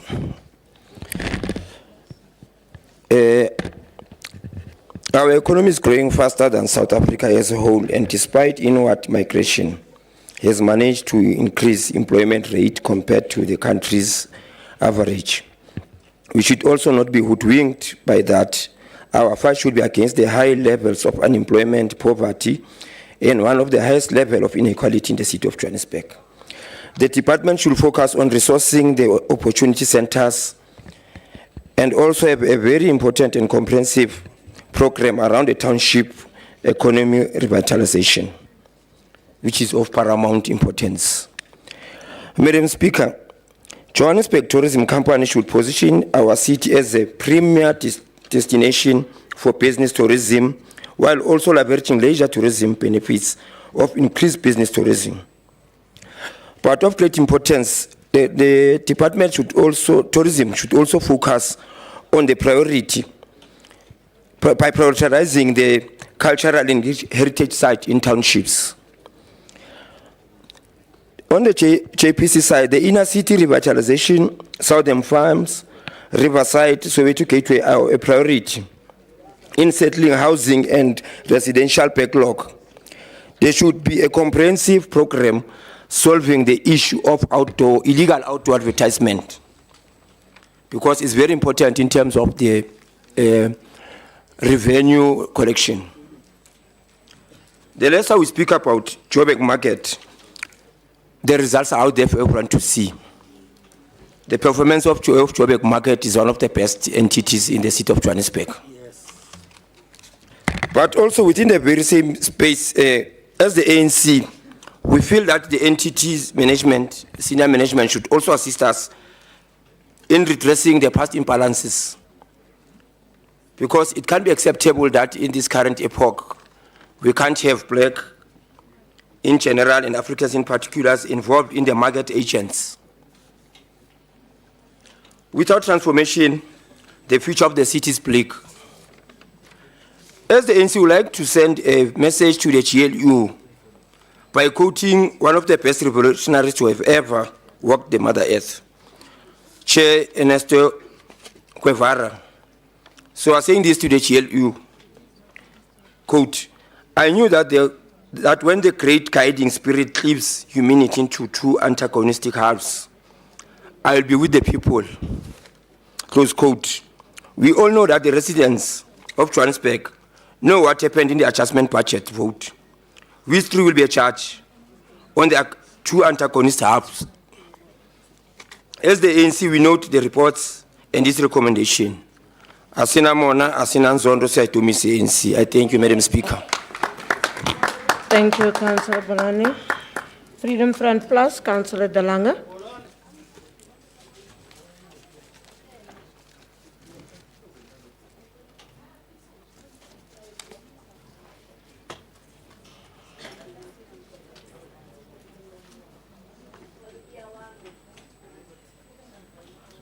Can we switch off all our mics? Thank you, Madam Speaker. Just add 20 seconds there for me, please. Thank you, Speaker. All protocol observed. Speaker, if it comes to the department and Joburg Property Company, I actually wish it was still the first quarter, if I look at these reports. Luckily, we're heading in the right direction because we had to adjust our investment attraction target to 19.5 billion. We're at 16 billion for the third quarter, so at least there is progress. The MMC yesterday spoke about, of public safety, spoke about the smart cards. Unfortunately, there we are failing, and we've been failing for 10 years. The target was 5,000, and we have done for the third quarter 45 only. Then there is finally a property economic zone framework for Region E, but this is long overdue. Madam Speaker. Only now they are appointing a service provider to do a feasibility study. This is 3 or 4 years behind. This is specifically to the department. Also concerning, Madam Speaker, and I'm going to bring this into my speech, the policy, the equity policy within the city has certain guidelines. But if you look at the department, and this is quoting from the report, employed Africans, 92%, Coloureds, 1%, Indians, 3%, whites, 0%. It's in contradiction of the city's own equity policy. That is something we must sort out. On the OPEX side, huge discrepancy on the report. It said it spent 97%. That is not true. It only spent 56% by the fourth quarter. Then, Madam Speaker, there is a KPI in the Metro Centre, and it comes and it goes, and it comes and it goes. It was 25% year to date, 0%, and the whole project has been moved on about 2 years from the original planning. It is a concern. We're all concerned about the Metro Centre. On the OPEX spend side, the target was 87%. We're at 58%. And this is in the third quarter, again, a repeat of the same issues. Then UIFWs, the target was 50%, 0% achieved. Southern Farms, Madam Speaker, it was supposed to kick off in 3 to 7 March. It didn't kick off. There's also a bit of concerns regarding that matter. That's why the report has been withdrawn. We'll take it back to Section 79. Then Department of Human Settlements wants to purchase 11 private properties. We couldn't get any figures out of JPC and the Human Settlements Department.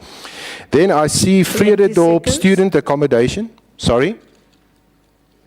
19 seconds. Reordering student accommodation, we're moving in the right direction. If we can't use our buildings, give it to a 50-year long-term lease.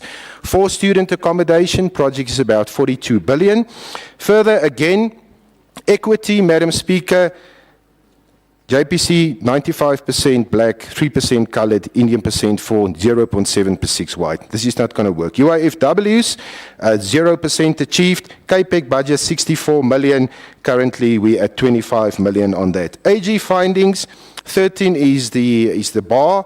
We've only sorted out 1. On the market, what can I say? It's a wonderful entity, Madam Speaker. I see they're building new cold rooms, so that's also going to increase the profitability in the market.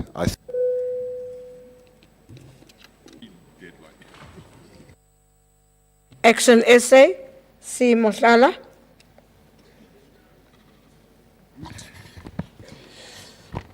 Thank you so much, Madam Speaker. Good morning, Madam Speaker. Good morning to the fabulous 44 councillors, guests in the gallery, and most importantly, good morning to the residents of the city of Johannesburg. Madam Speaker, I rise to speak on item 27, 28, 29, 30, and 31. Madam Speaker, as Action SA, we approve and note the performance assessment report as items read above for the 2024-2025 for the period of January to March financial year. Speaker, we commend the improving performance of the JPC since acting CEO Musa Makunga took office, with 13 out of 19 KPIs achieved amounting to 68%, which previously it was just a dream. Speaker, we also commend the sterling performance by the Joburg market on owning the clean audit as a company and also making sure that it meets their targeted KPIs at 100%.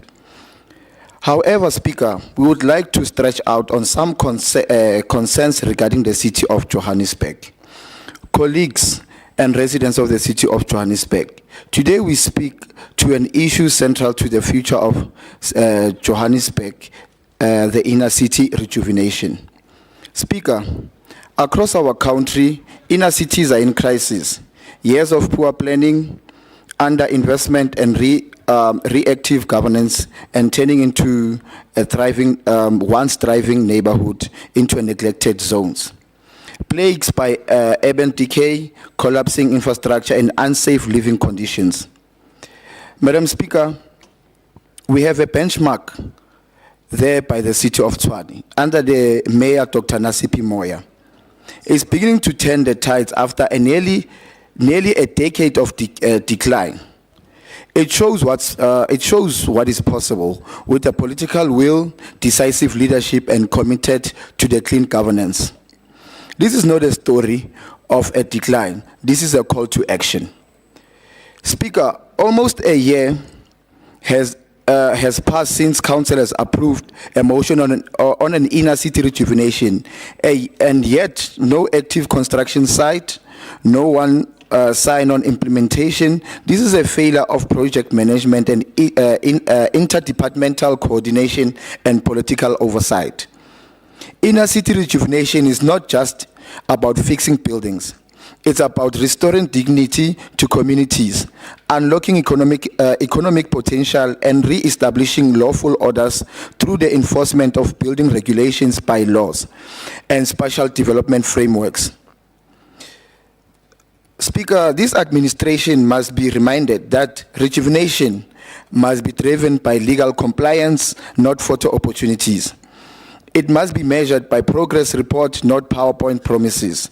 And it must deliver on what matters: safe, clean, and economically vibrant spaces for the residents and businesses.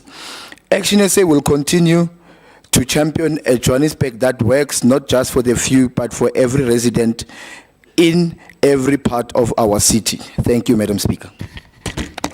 Thank you, Councillor. The DA, Councillor Dews.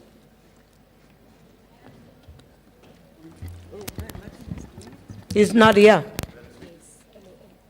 Okay. Madam Speaker, if I may, Councillor Dews is unfortunately not here. There is a precedent for somebody to step into another councillor's shoes to speak, and will you allow me to do that, please, briefly? I did not get all that.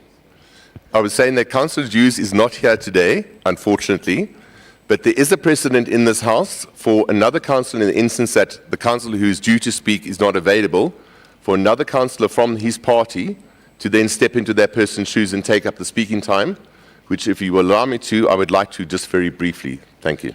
I thought she was getting up to speak. Okay, but so you're allowing me, you're agreeing. Yes, Councillor. Thank you. Thank you, Madam You've Speaker. wasted a minute. It's fine. I'm going to take a minute to say what I need to say, and I don't need any more than that. Thanks, Councillor. Madam Speaker, and the House, good morning, or is it afternoon already? I don't necessarily need to say much, because I feel that we, from the DA, in our Section 79 committee, say what's needed to be said. We deal with what we have to, and I think that we deal with it effectively. We work well with the committee, and with the other parties, we work well together, and with the administration. However, having said that, Madam Speaker, I'd like to say and make a couple of pointers with regards to what is happening or not happening in the city at the moment. One of the things which is happening, which I think we need to request JPC to come and talk more about, and to in fact maybe organize a session to discuss with all the councillors, is what JPC is planning to do at the moment with the sporting facilities across Joburg. I think it would be fruitful for everyone to have a meeting so that everyone of the ward councillors then better understands what it is that JPC is trying to do at the moment and what the motive is at the end of the day, which is to increase money into the cost of the city, but not by whatever means. This has to be reasonable, and it has to go for public participation, and sides need to be heard, and we then need to decide how best to deal with it going forward. So I'm going to suggest from our side in the Section 79 committee that we organize a session for the councillors in that regard.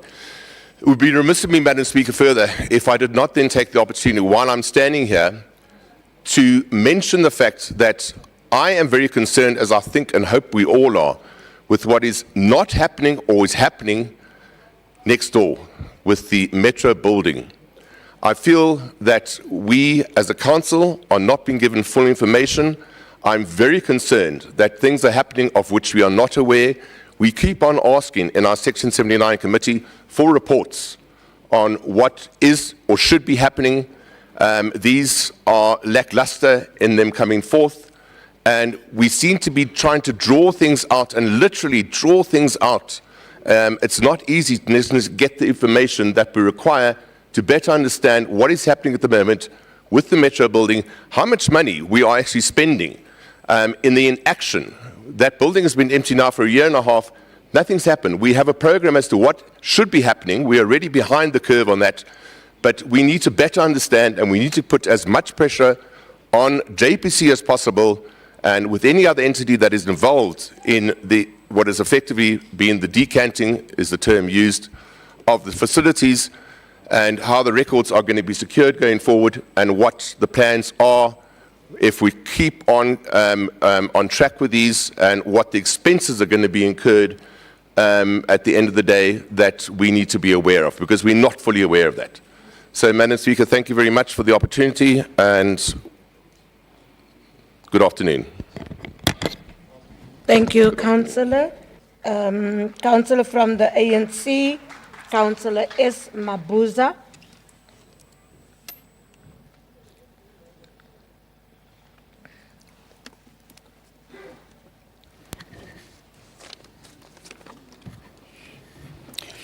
Mangithathe leli thuba ngibingelele usomlomo wethu.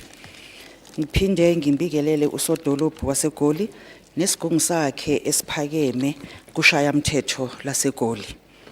Ngiphinde ngibingelele usoswebhu wethu in absentia as well. Ngibingelele usihlalo ophethe osihlalo namakhansela wonkana ikakhulukazi amasoja kaThambo. Madam Speaker, I rise on item 27, 28, 29, 30, and 31. As the African National Congress, we note these items / reports. I thank you. Thank you, Councillor. The PA, Councillor Volskert.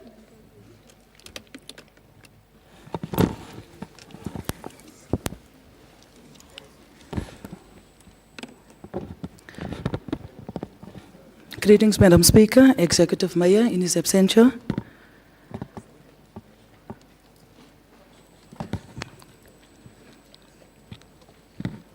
Councillors in a gallery, councillors, to Joburg 10 councillors, honourable members in the gallery.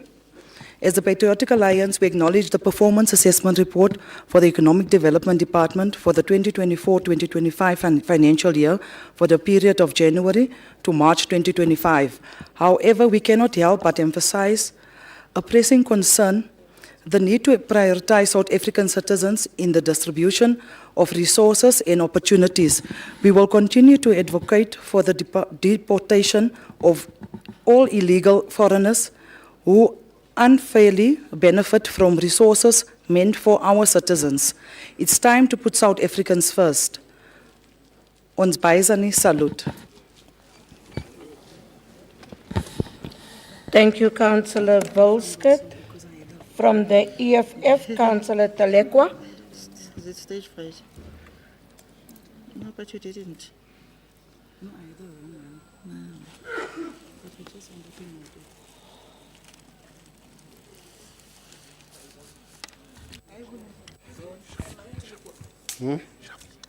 All right.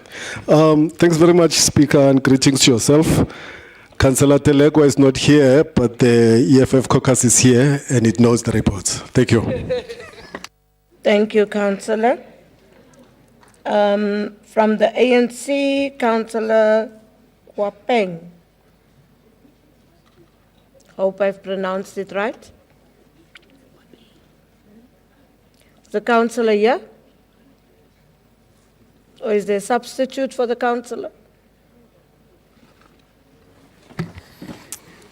Greetings, Speaker. Councillor Kwapeng is not here, but the African National Congress knows the reports. Thank you. Thank you, Councillor. MMC Mnisi.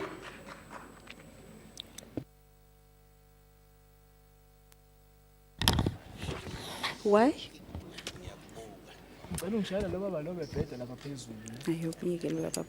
Thank you very much, Madam Speaker.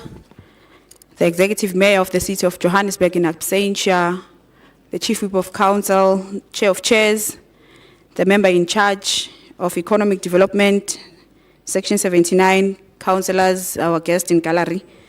I wish to thank all councillors, Madam Speaker, who made inputs. These diverse inputs reflect our collective interest in strengthening governance and ensuring accountability to the people we serve.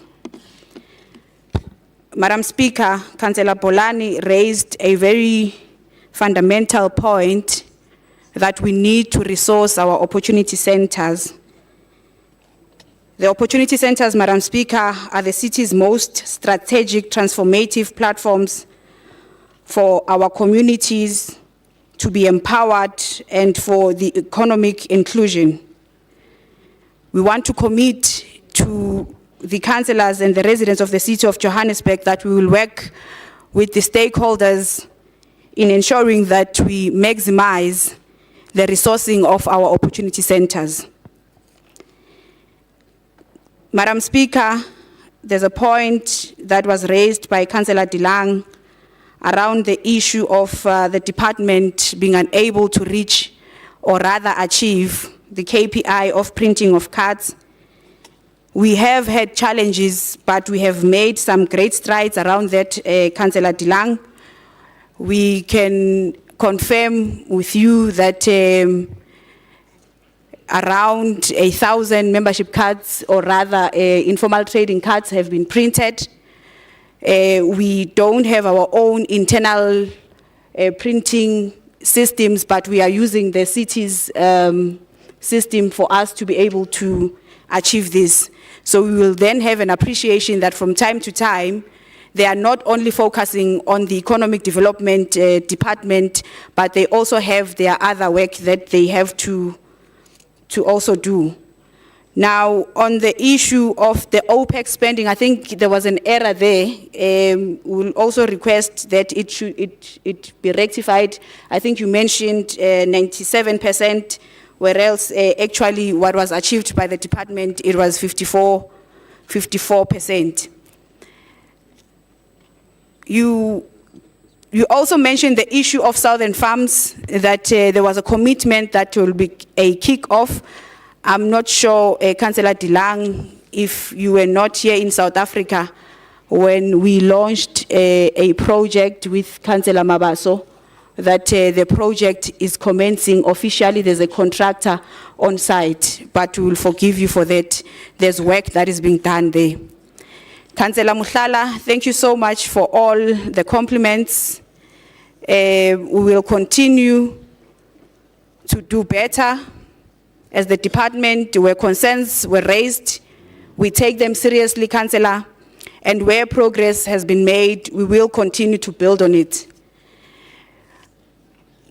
Councillor Low, through you, Madam Speaker, we have noted the request for the Joburg Property Company to hold or convene a public meeting with the councillors so that we explain certain processes, one of them being the issue of the sports recreation that you spoke to. The issue of Metro Center, I also want to believe that a report was tabled in council to give an update on where we are and the process of National Treasury. Since then, if you don't hear any information or a report being presented, it means that there is no information to be shared. We are also waiting for the National Treasury to come back to us with the issue of the PPP. I think that's the report that was brought before ourselves as councillors. Councillor Sebenzile, through you, Madam Speaker, thank you so much for your participation in this item that were presented by the department. Madam Speaker, we are requesting that councillors note the reports from the department and entities. Thank you so much. Thank you, MMC. Member in charge, Councillor Mhlongo. Thank you very much, Madam Speaker. In conclusion, Madam Speaker, I would like to thank all the members of the committee for their participation in committee meetings and making sure that the committee fulfills its obligation of holding the executive to account. and extend also my appreciation to the committee support staff for their continual engagement with the committee, with all what is needed from the committee. In those words, Madam Speaker, I would like this council to note and approve the report. Thank you so much. Thank you, Member in Charge. The recommendations are on pages 27.5, 28.12, 29.23, 30.5, and 31.7. Are the items agreed to? Thank you.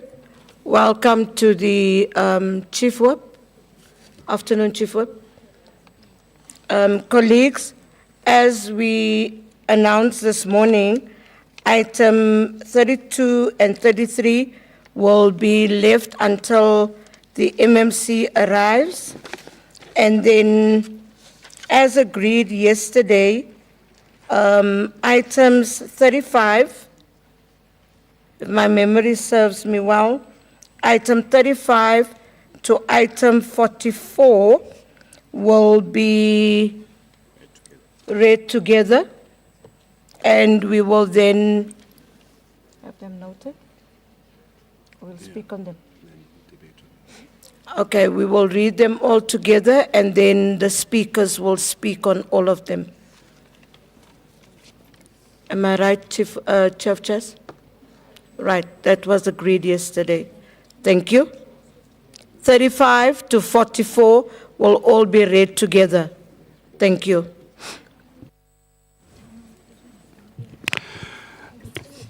We'll be now on on item 35, which is the list of Can you just hold on? MMC Mnisi? Thank you, Madam Speaker. We are requesting to withdraw item 41. There are discrepancies in the item. Thank you. I did not get that. You're asking to request item? Can you speak to the mic, ma'am? Item 41. Item 41. Yes. Okay. Right, item 41 will be taken out, so we are not reading item 41 in. Thank you. Councillors, we are on item 35, and that is the lease of F2981 Far East Bank Extension 4, read with item 36, which is the purchase of the proposed portion 1 of F520 Halfway House Extension 65 for a water reservoir and acquisition of a water pipeline servitude over the F520 Halfway House Extension 65. Also read with item 37, which is an acquisition of portion 1.3 of Farm Klipspruit 298 IQ to be formally integrated into Walter Sisulu Square of dedication. I also read with item 38, which is the proposed registration of the right-of-way servitude over and along the eastern boundary of the remainder of portion 140 of the Farm Klipfontein 203 IQ. Also read with item 39, and that's the alienation of the sanitary lanes throughout the Region B of the City of Johannesburg Municipality jurisdiction. And also read with item 43, which is the proposed public participation in respect of the portion of the remainder of the portion 145 of the farm in Fontaine, 51 IR, Evan 2381. 2382 Houghton Estate, Evan 111, and 122 Melrose Estate, known as the Killarney Country Club. And lastly, with item 44, which is the public participation in respect of the sale of F1 Arena.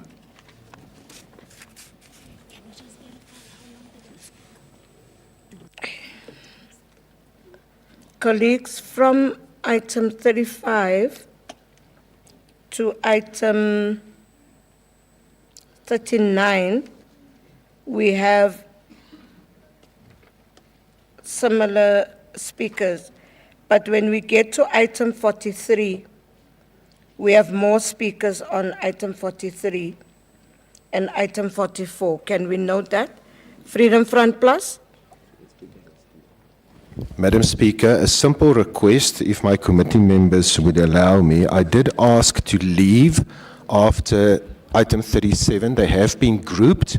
I see on item 37 I am the first speaker. I'm only speaking on that item because I've got 3 minutes and the other items was withdrawn.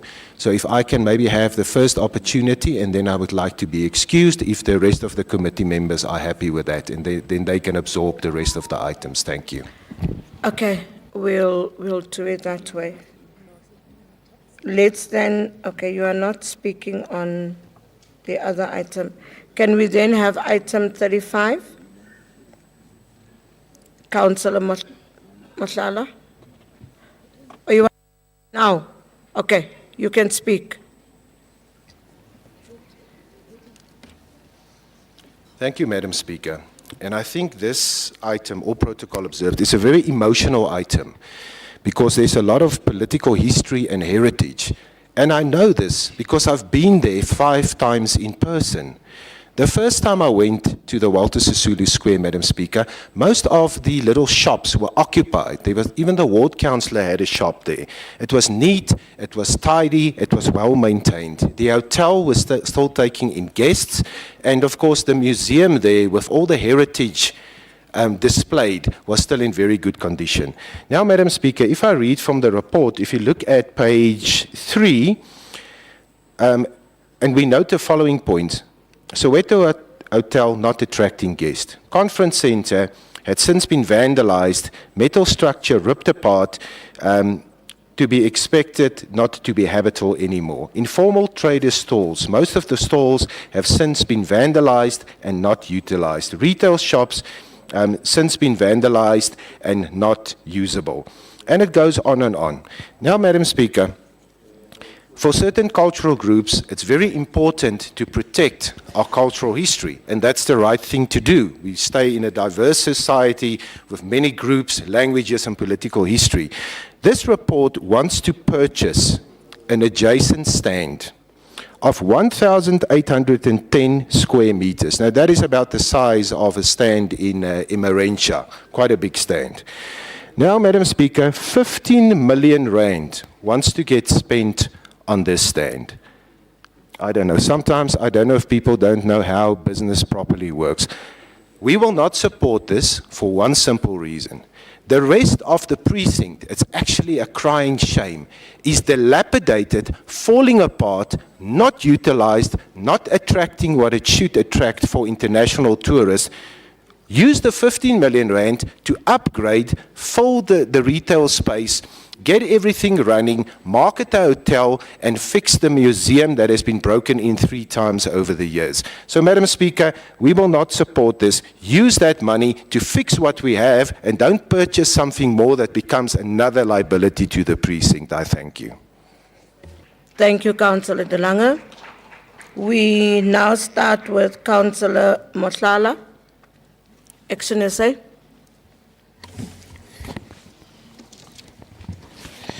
Thank you so much, Madam Speaker. Madam Speaker, on item 43, I don't know when this was brought to the council. Basically, it's not supposed to be Esenkonyen, it's supposed to be me as well, but that can be fixed. Madam Speaker, I stand to note and approve the items that were read in records. Madam Speaker, as Action SA, we still advocate for spaces or properties that only makes money for the city. So we approve the leases, not the sales of property. Thank you, Madam Speaker. Thank you, Councillor Mohlala. Councillor Telekwa is not here. Is there a representative from EFF? Thank you very much, Madam Speaker. As you have mentioned, Councillor Telekwa is not here, and the representative of the EFF approves the items. Thank you. Thank you. Councillor Bolani, M. Bolani.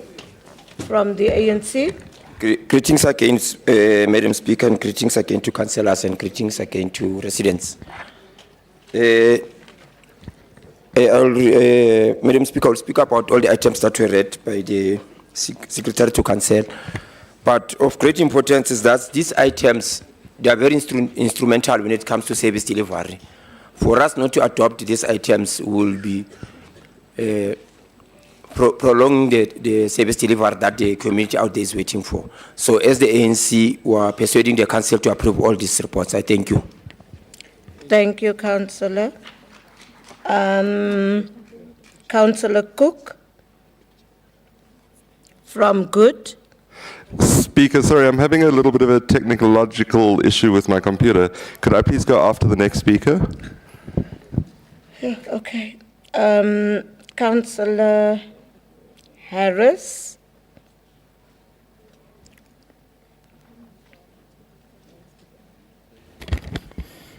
Madam Speaker, thank you so much. I rise to speak on item 43, and while we note the other items, I'll speak specifically to item 43. We are taken aback at the rental leases on these properties. I mean, setting a rent on a property the size of Killarney at R2 per annum, and then in 2011 increasing it to R1,000 per annum with an 8% escalation. It just doesn't make sense. Anyway, the Killarney Country Club instituted litigation against the City of Johannesburg in respect of the cancellation of the lease agreement, and a cost of 748,000 Rand was incurred in this process. We don't know whether the city lost or won, but that's more money down the drain. The country club has also indicated plans to redevelop the property to supplement the sports and recreation uses through the development of a sports center and a residential precinct. The city, in its wisdom, is describing this property as a non-core asset. This is reneging on our obligation as a metro to ensure we have a sufficient amount of public open spaces. Organizations have made money out of this asset. While we acknowledge the need for public open spaces and sporting facilities, we have to pause and reflect deeper on this request. We are not privy to the financial statements of the organizations who have the inside track on acquiring this non-core asset. I make these comments on the back of the 1929 title deed that stipulates that the site has to be used as a sewage treatment plant for agricultural purposes or for it to be cut up into stands. The report is essentially seeking permission to gauge public opinion with respect to the sale of this asset. The ACDP agrees to this and urges the public to come out in their numbers to express their views on this ridiculous proposal. I thank you. Thank you, Councillor Harris. Councillor Huggett from the DA.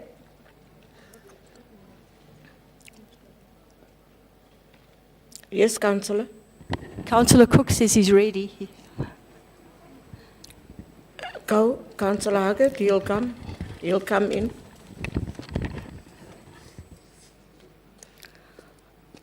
Honourable Speaker, fellow councillors and residents of Ward 73 and Johannesburg. I rise today to voice my concerns and the concerns of my residents in Ward 73 regarding the tabling of item 43 regarding the Killarney Country Club property. This report represents in many ways a fundamental failure of governance. We are not opposed to public participation. In fact, we are very much for it, and it needs to happen. However, the report fails to clarify many issues and many processes.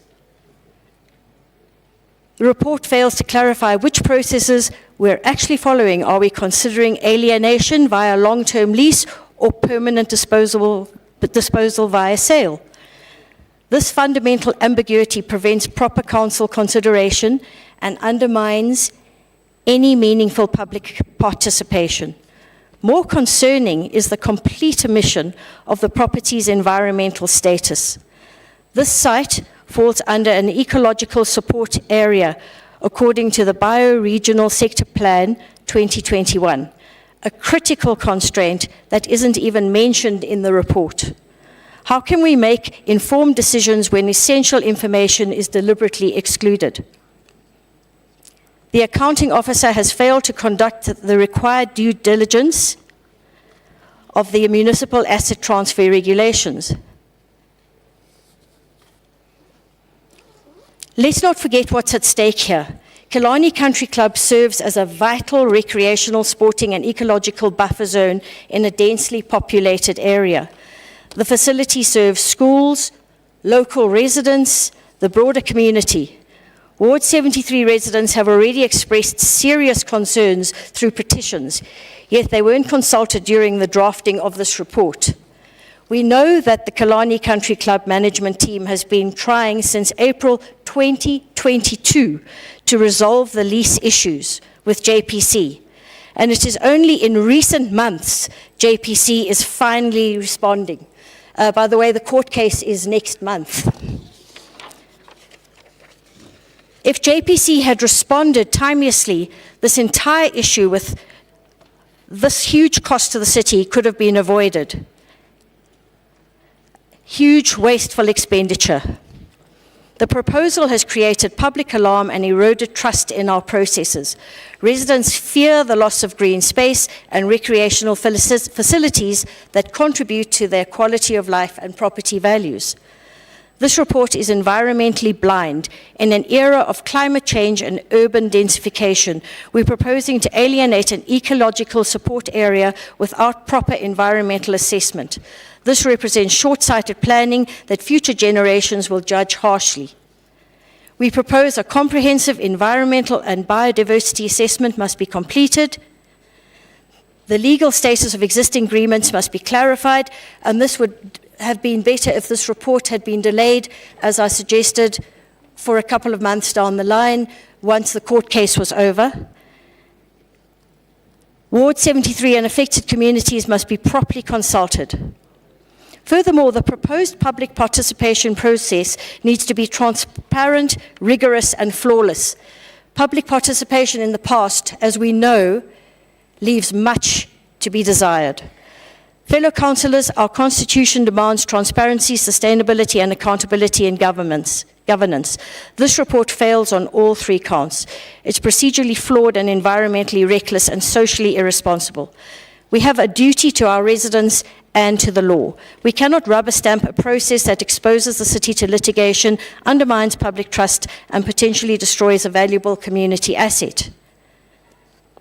I urge you to reject item 43 in its current form, not rejecting public participation, just in its current form.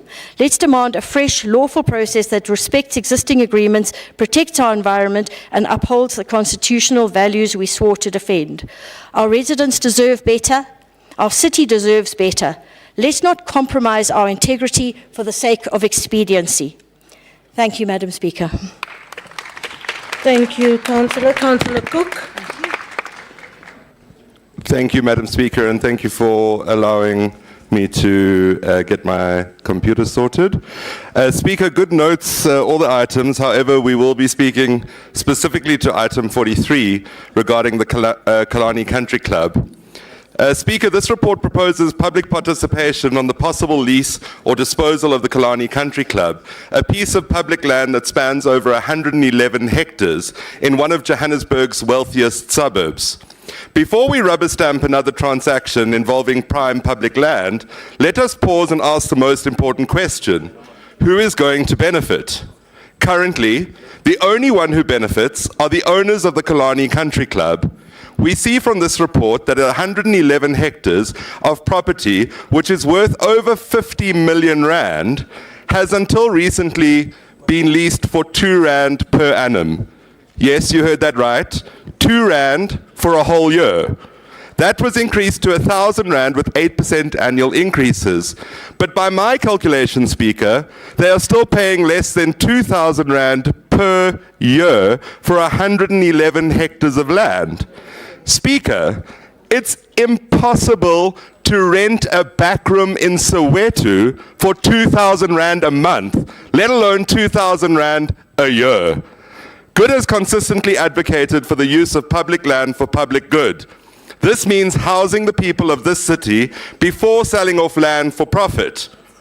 This means challenging the spatial injustices inherited from apartheid spatial planning, where privilege and poverty were separated by concrete walls and elite access.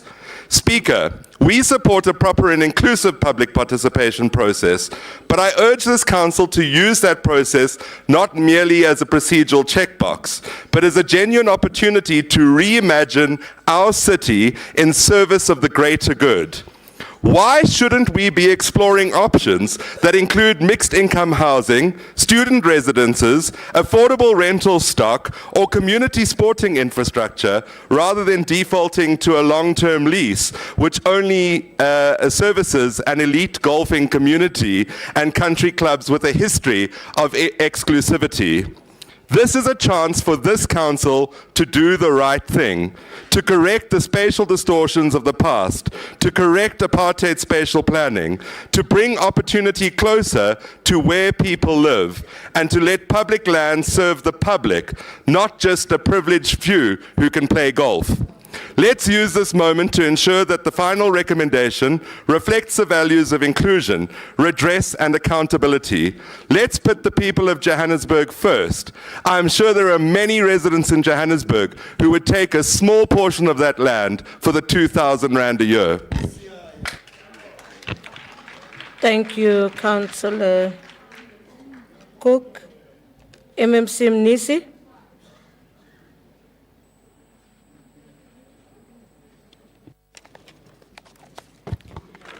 Thank you very much, Madam Speaker. To all the councillors that made the inputs and supported these transactional reports. Madam Speaker, let me start by responding to the first inputs which were made by Councillor De Lang around the issue of the 15 million. Madam Speaker and the residents of the city of Johannesburg, the 15 million will not be used to acquire the property. The 15 million is to redevelop the Walter Sisulu Square of dedication. Now, we cannot be sitting here, and it's so unfortunate that the councillor has left. I am not even sure if he is logged on so that he hears these responses. It is so unfortunate, Madam Speaker. The allegations have been made. Residents now would be assuming that this allocation of 50 million is meant to go and acquire a property, which is not true. This portion is being acquired to regularize the portion that the city built on without ownership. Now, I think you'll understand that, Madam Speaker. As the city of Johannesburg, we built on a land that does not belong to us. Therefore, we need to go and acquire that land. But there is no 15 million around that matter, Madam Speaker.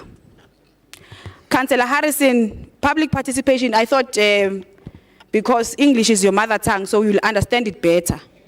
The issue of public participation, what do we mean exactly when we speak about public participation? We are doing a public participation so that we gather the views and inputs of the public. So we want to hear what is it that the community wants to do with that facility. Firstly, we cannot come to council and dictate to say we want to sell or we want to lease. So we are open-minded. We are saying that it's either the community will decide whether they want to lease or they want to sell that property. The outcomes will then dictate to us what is it that we need to do as around that facility. There's a lease currently that is running in that property, Madam Speaker. The lease is ending in 2040. However, it should be noted that the lease is not market related, Madam Speaker. So it means that whatever amount that the tenants are paying there, it's not in accordance to the market value. This agreement was entered with the tenant during the apartheid, Madam Speaker. It ended, I think, around 2011. We then did an extension as JPC with that tenant. Now, one of the reasons why we are taken to court as the City of Johannesburg is on the basis that we are saying that we now want the tenant to pay the rental that is market related.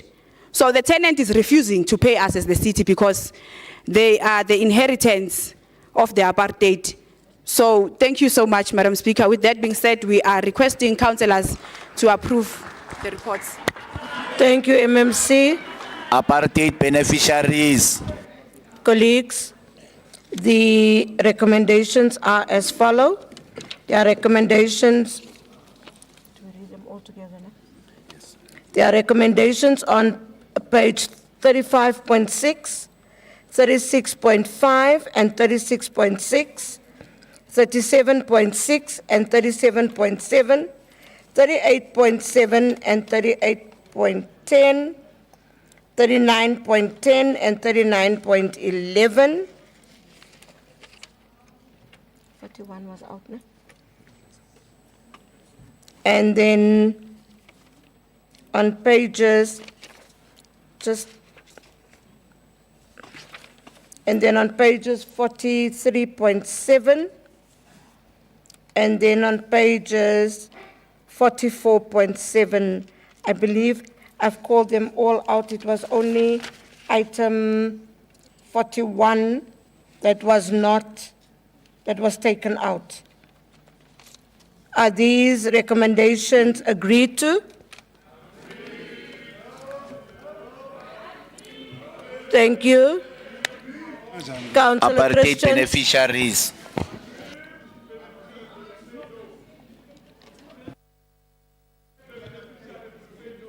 Can you switch off your mics wherever you are? Thank you, Madam Speaker. Madam Speaker, I rise in terms of Rule 84. The Democratic Alliance would like to note its objection to item 43 in its current form, as it is vague and does not provide sufficient information for us to make an informed decision. We are not against public participation, but the process that they want to follow in terms of how the public will then respond to what is in the detail of that report.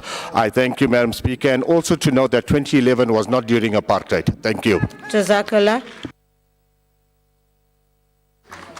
Apartheid beneficiaries.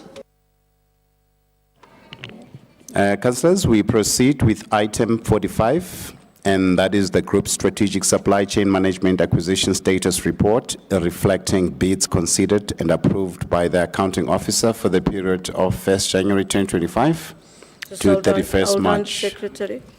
Councillor Boer.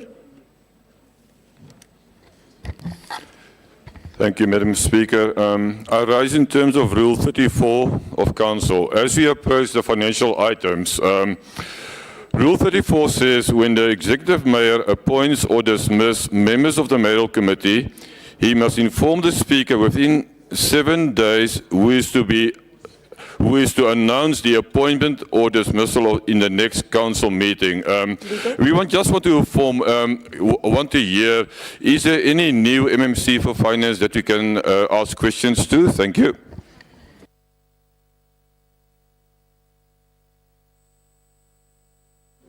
Let's hear yours different. Councillor Santana. Yeah, it's getting even worse now. Speaker, thank you. Again, we're also concerned what Councillor Boo raised. There's also not an LUB or the Mayor in the House. So for us, all the finance items cannot be discussed. There's nobody to respond to us. More specifically, either the LOB or the Mayor. Thank you. Councillor Chubi. Councillor Chuli. Your hand was up. Sudabi. Okay.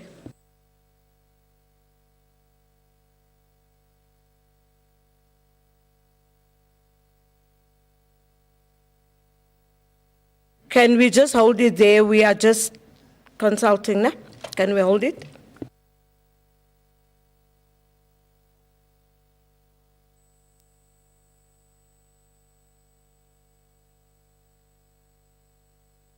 I'll give you a chance now, Councillor. I'm just busy consulting.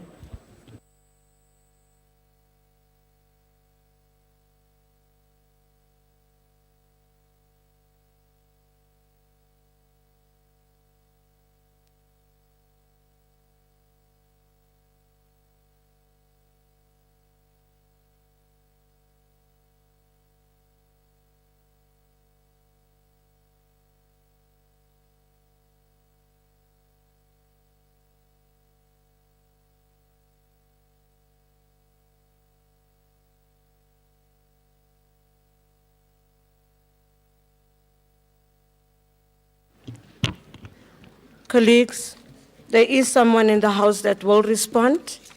The MMC of Human Settlements will respond. So, yeah.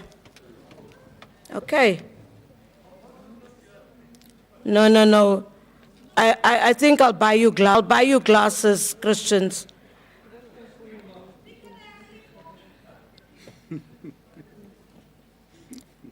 Santana, Christians, Salapanzi. Thank you, Speaker. Speaker, but he does not have the authority. The only ones who can speak on the finance items is either the Mayor, the LUB, or the MMT of Finance. I'm asking that we at least get... Colleagues, Thank you. the Mayor has given him the authority to speak. The Mayor has given him the authority to speak. Okay, can we do that?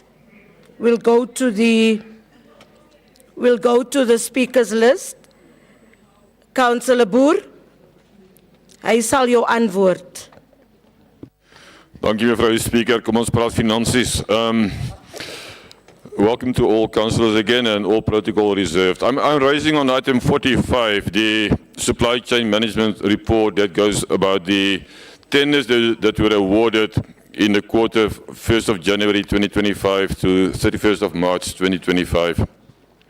Madam Speaker, in this report there is really one item. There was one tender awarded to the value of 1,974,000. That is the content of this report. But now you must remember, supply chain also only reports to us, to council, of tenders awarded by the core administration, not by any of the other departments. So this is an eye-blinding report.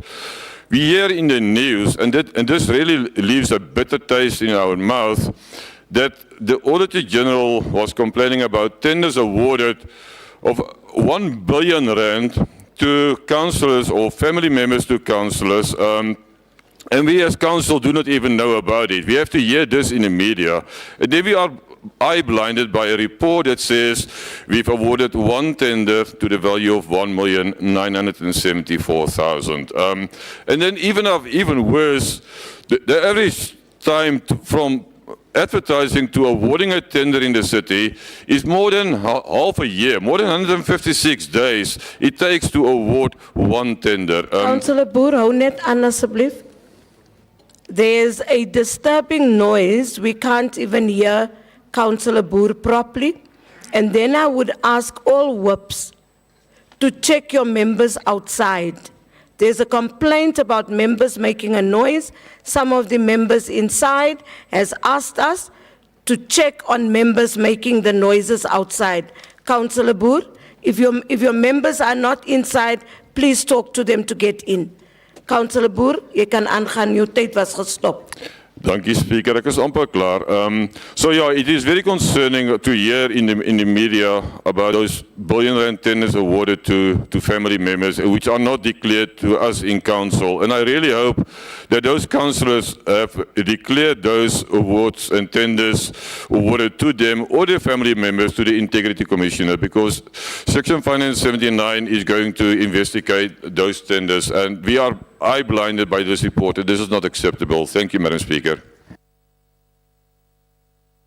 you, Councillor Boer. Can we have Action SA, Councillor S. Nkonyeni?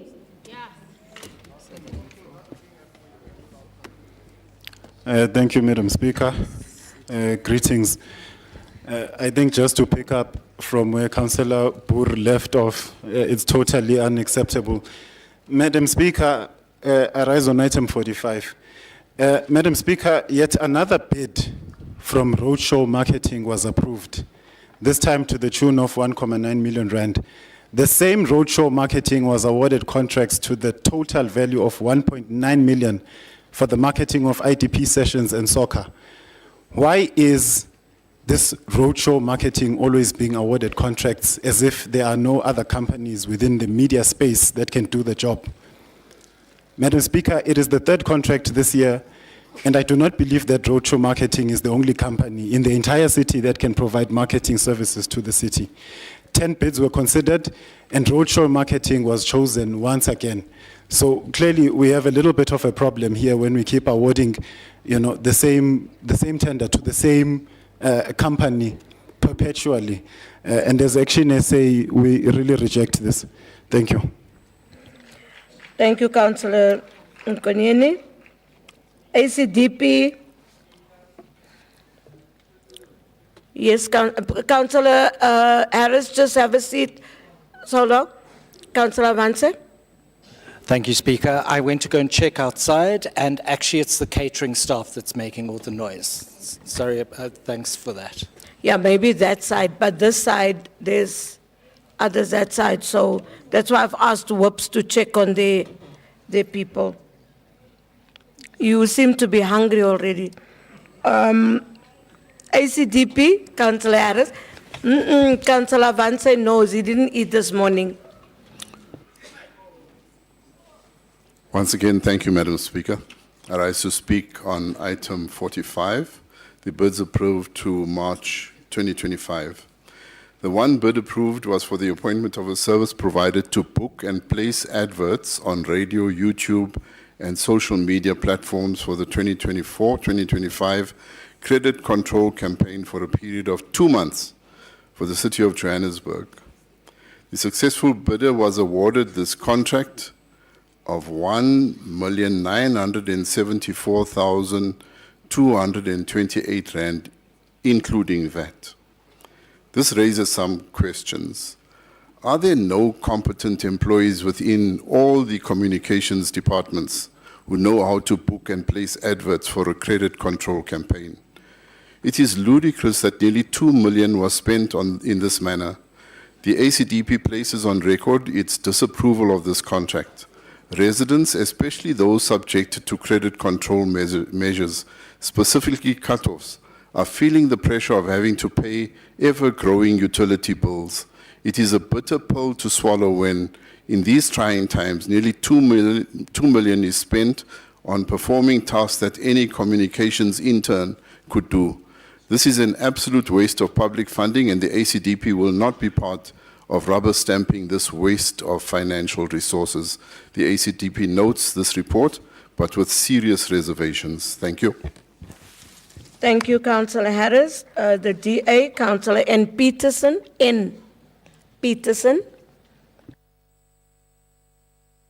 Thank you, Speaker. I rise to speak on item 45.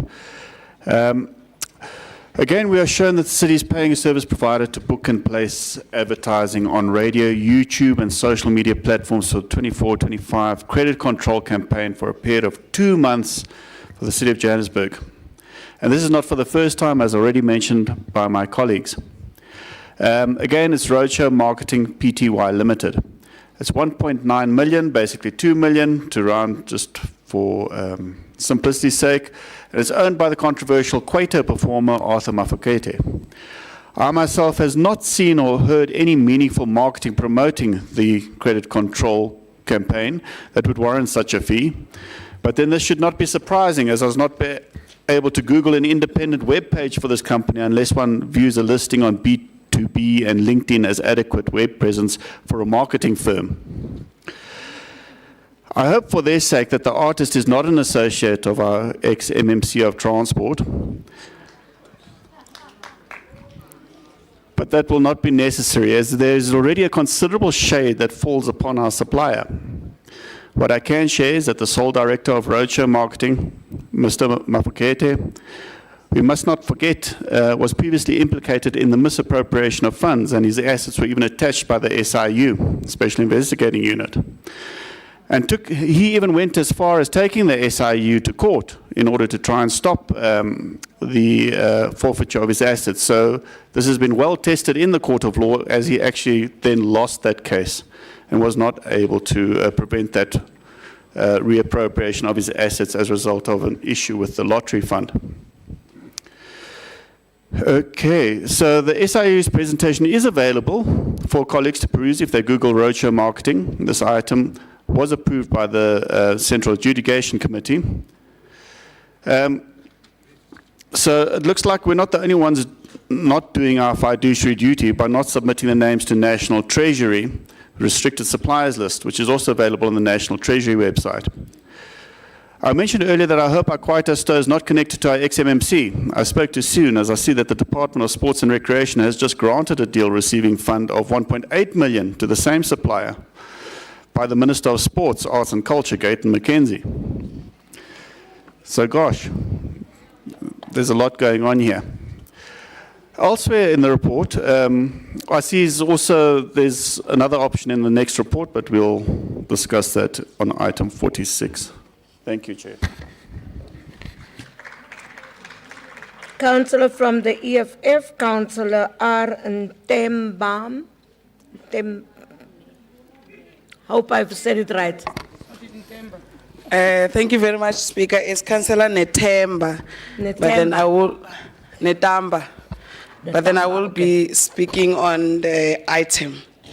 Thank you, Councillor Zita. Greetings to you, Speaker. Greetings to the EFF party leader.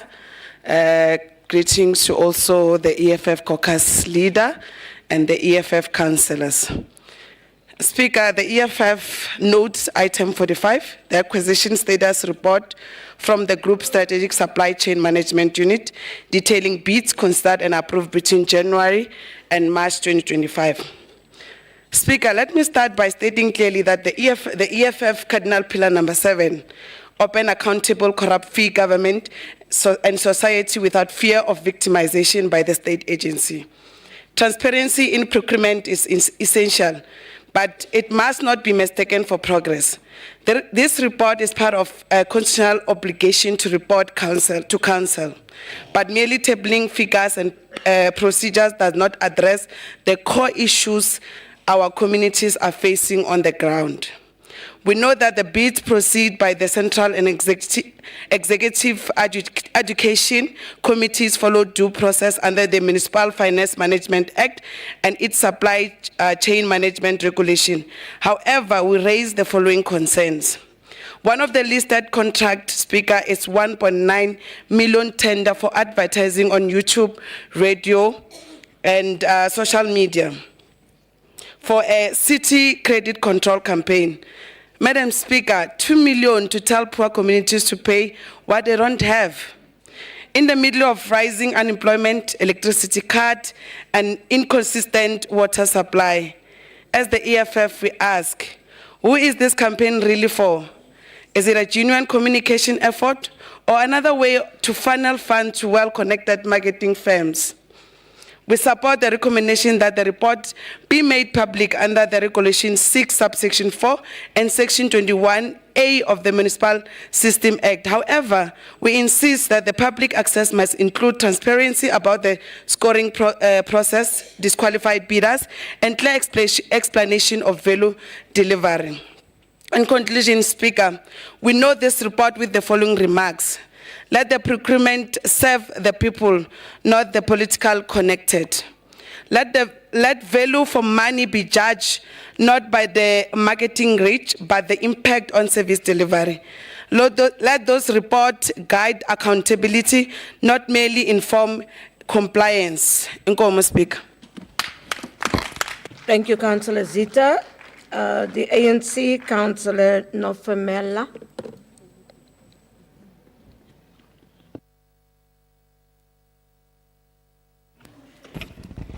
Thank you, Madam Speaker, and greetings to you. Greetings to the Executive Mayor in absentia, the Whip of Council, ANC caucus, and fellow councillors. Madam Speaker, I rise to speak on item 45. Madam Speaker, As part of our work to conduct oversight, we have observed that in the period of January 2025 to March 2025, the Bid Adjudication Committee has considered and approved one bid. Having looked and scrutinized the bid as outlined in the body of the report and in the annexures, we have satisfied ourselves that it was above board. Madam Speaker, we can confirm firmly on good authority that the relevant legislation and the supply chain policy were complied with accordingly and without any doubt.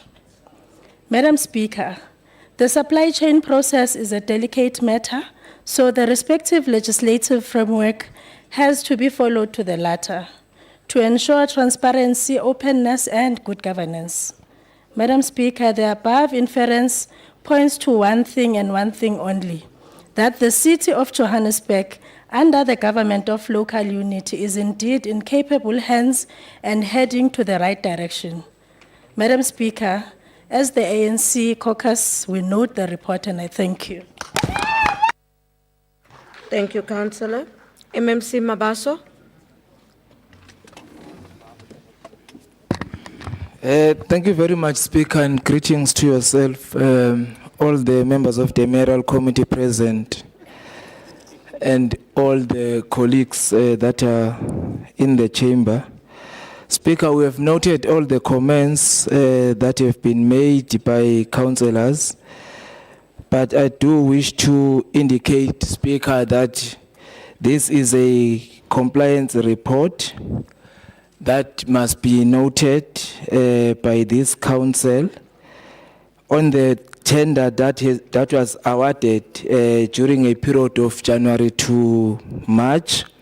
And this report is a demonstration of the transparency by this government, as the report will be made public as reflected in recommendation 2.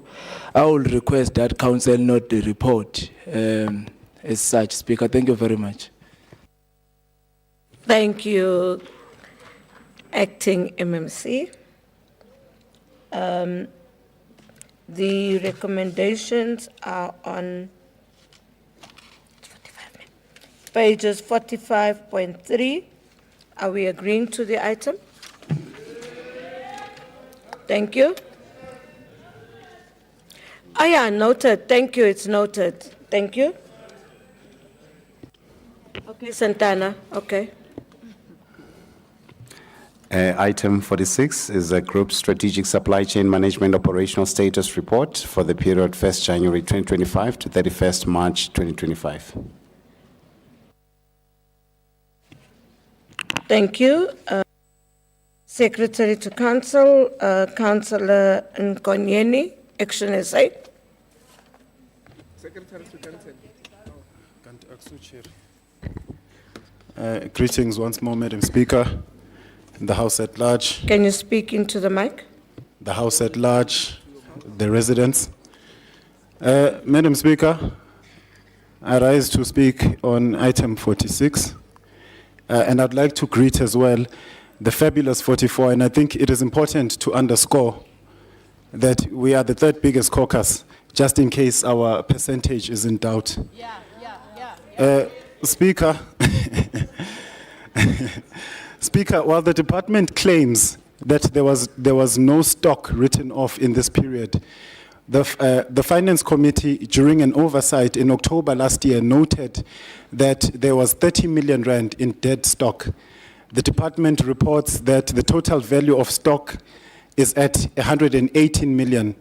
The dead stock unnecessarily inflates this figure, and we call for the disposal of obsolete and dead stock in line with the asset disposal policy. Annexure A on item 46 lacks line item descriptions. So we don't know what exactly it is that we purchase. We ask that this be corrected. Madam Speaker, the city has contracted debt collectors for a period of 36 months, and we ask ourselves, how effective are they when collection rates are poor and targets are never met, as well as numerous accounts that are incorrect and overbilled? You cannot collect against wrong billing. Fixing the billing system first, or rather fix the billing system first, and then collect on data that is factual and reliable. With that, I'd like to say thank you. Thank you, Councillor. Councillor Harris from ACDP. Thank you, Madam Speaker. This report, item 46, deals with the operational status report. We note the contents of it. We note the allusion to the direct purchases, the stock purchases, the inventory management, and the construction bids. But there's an item I'd just like to refer to, which is the Johannesburg campaign. And there was a contract put out for it. Now, that's for influencer marketing. So the best influencer marketing you can have is to fix the robots, fix the potholes, give people a consistent supply of water and electricity, and deal with illegal dumping. When people see service delivery live and in living color, it is easier to convince residents that the Joburg portal can be a positive experience as well.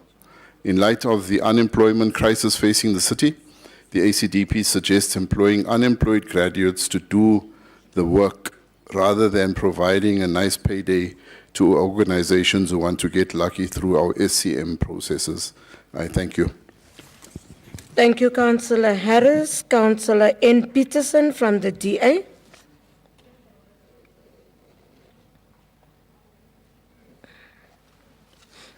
Thank you, Speaker. I rise on item 46, Group Strategic Supply Chain Management Operational Status Report for the third quarter. I acknowledge that the then MMC of Finance, now Speaker, Councillor Arnolds, heard our pleas to get these items presented to the Finance Committee prior to appearing here. Hopefully, the MMC of Human Settlements has a grasp of the matters at hand to provide a meaningful response to the residents of Johannesburg. The reports served in the committee meet the minimum requirements. It has been pointed out at every council sitting for the last 3 quarters that councillor oversight requires more detail than the mere listing of contracts and their values, as well as stock levels for oversight to be effective. For a first-class African city, we should be doing better. This being the biggest and most important municipality in the Republic of South Africa, we should be striving for better than the minimum requirements. Councillors are required to be leaders who fulfill ethical oversight on their executive and administration to help residents to get value for money. To date, the committee is not privy to the detail of any contracts, which we are expected to note here today. We still do not know how much we pay for a bottle of water, a pen, a ream of paper, or why we have 100 million rands worth of ink cartridges in stock for printers that the city no longer uses.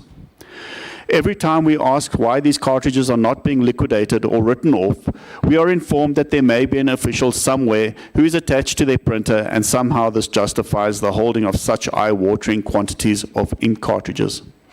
To date, this councillor, yours truly, has never received an ink cartridge for my own HP DeskJet that I used to serve my constituency.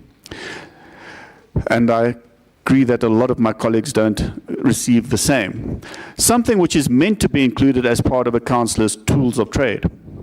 The committee was presented with a report speaking to the ink cartridge procurement protocols.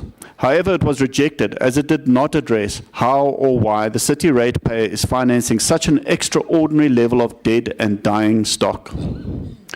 It must be noted with raised eyebrows that this city, without fail, is procuring 10 million rands worth of stationery consumables through its Smith Street stores every quarter, purportedly mostly for JMPD. And one can assume licensing. Does the city of Johannesburg even have 5 million registered motor vehicles? One needs to consider these numbers to put 10 million rand in expenditure on office stationery every quarter into perspective. I hope the Auditor General is listening and planning a deep dive into the Smith Street warehouse and the City of Johannesburg supply chain management process. The DA notes this report with the deepest of reservations. Thank you. Thank you, Councillor. EFF, will it be Zita again? Thank you. Na Council Speaker, ni ranza ku shaweta murangeri wa hina wa caucus Dr. Chaku na chief whip ya hina ku nga Thabisa Mahapi. Speaker, I rise today as a proud representative of the economic freedom fighter, a revolutionary movement rooted in the struggle for economic justice and the dismantling of capitalist exploitation in our municipalities. Today we speak on the Group Strategic Supply Chain Management Operational Report for quarter ending March 2025. This report, while technical, shines a glaring light on one of the most entrenched and corrupt systems in the city, the tender system. As the EFF, we stand by our third cardinal pillar, which says, building state and government capacity and the abolishment of tenders. This is not merely a slogan.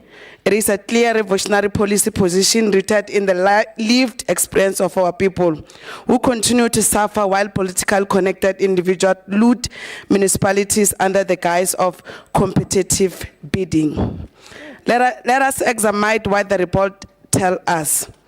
In just 3 months, Speaker, over 649 million was spent on the direct purchases and 15 million on stock purchases. 115 bids were received, but only one was approved below 5 million, and none above that threshold during the quarter. In one instance, a tender had to be cancelled because a bidder specification committee member was not vetted, a serious governance lapse that may result in an audit funding.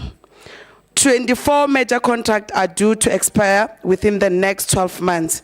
Without a proper oversight, those will be rushed and renewed without transformation, again shutting out black-owned and community-rooted service providers. So what does that mean?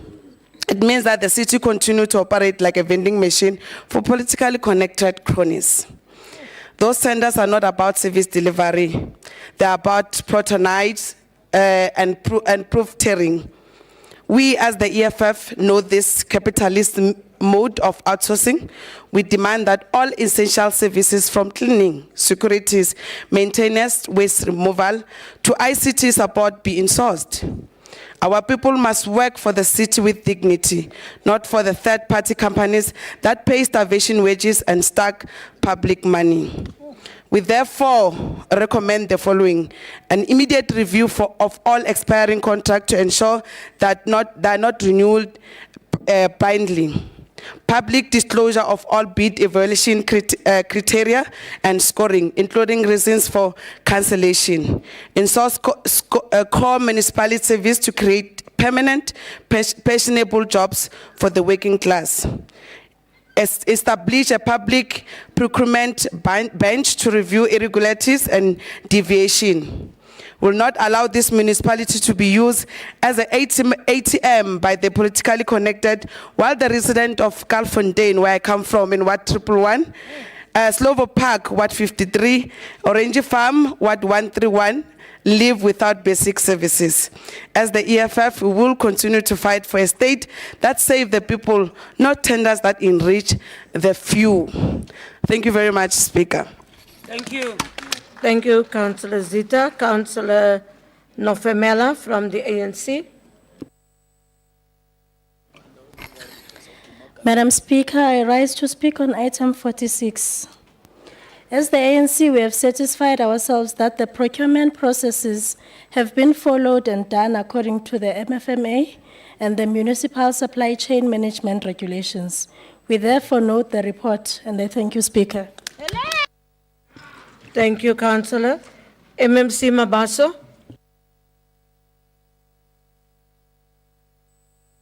No, thank you very much, Speaker. Well, I think, Speaker, the report is very much detailed on the work that the supply chain has done in terms of procuring for these goods and services. But if there's a request for additional information, I think that can be done through our own internal processes in the committee. But also, Speaker, I do wish to indicate that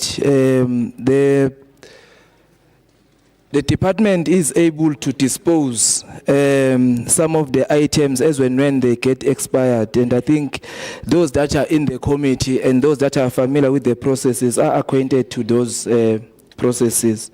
So I will request that this report be noted as well. And it is also going to be made public, Speaker, as per the recommendations. But angicabanga ukuthi ngafuneka kubhalwe yonke into lana ama-T-bags ne-coffee netiye konke nje kubhalwe lapha kwi-report. So and I saw that they used the order numbers to detail some of the items that they have procured. And I think the report is improper, but if there are additional information that are required, that can be done through the committee. Kodwa ngeke sobhala ama-coffee nama-T-bags. Siyabonga. Councillors, the recommendations are on page 46.4 is the item noted. Thank you. We're now on item 47, and that is the Group Strategic Supply Chain Management Deviation and Ratification Report that were considered and approved by the Accounting Officer for the period 1st January to 31st March 2025. Councillor Nkonyeni from Action SA. Ngibonge, Speaker. Madam Speaker, there is a disturbing and deeply worrying trend where departments and officials are failing to submit purchasing orders. The culprits are social development, officials in the Speaker's office, and the health department. The only remedial action is a slap on the wrist, when in actual fact, these actions are tantamount to negligence. Madam Speaker, the GCSS department has once again exceeded expectations, which, by the way, are at an all-time low, by failing to table on time the contract extensions for repairs, maintenance, and fueling of support services for the fire and rescue trucks to council on time. Madam Speaker, in closing, and while we wait for the mayor to do the right thing and appoint an Action SA MMC, not this thing of vibes and eating raw fish from half-naked bodies. Whether the marriage ends or not, whether we find each other or not, whether we have positions or not, we will continue to fight for the dignity and restoration of this once great city. Doribo.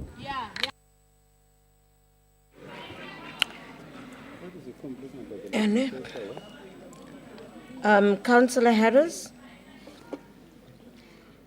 Councillor Mashala. Please. Councillor Harris. Madam Speaker, I rise to speak to item 47, the SEM Deviation and Ratification Reports. Regulation 36(1)A of the Municipal Supply Management Regulations provides that normal procurement processes may be dispensed with, and officials can procure goods or services through any convenient process, but only in an emergency, or if goods or services are available from a single supplier, or in any other exceptional case where it is impossible or impractical to follow official procurement processes. This report shines a light on some of the services the city acquires. Some of these numbers are alarming. For IT services, 572 million rand has been procured. Commercial banking services, 113 million rand.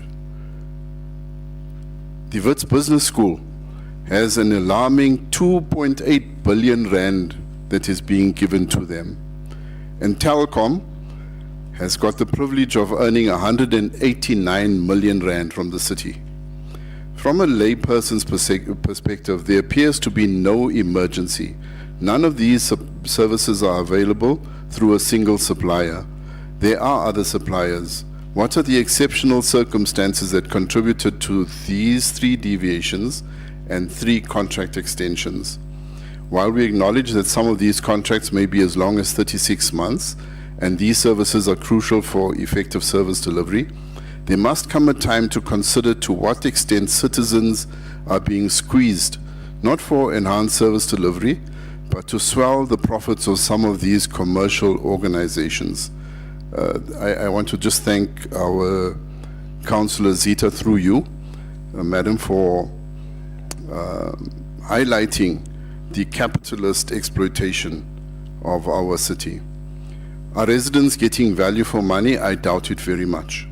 The ACDP does not agree with this box-ticking exercise, so we will be noting it with severe reservations. Thank you.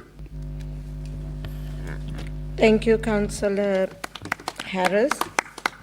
DA Councillor N. Peterson. Thank you, Speaker. I rise on item 47. That's the Group Strategic Supply Chain Management Deviation and Ratification Reports, considered in the third quarter. Speaker, I need to bring to the attention of the House the quality of our reports, and I use an item that appears in this report here today.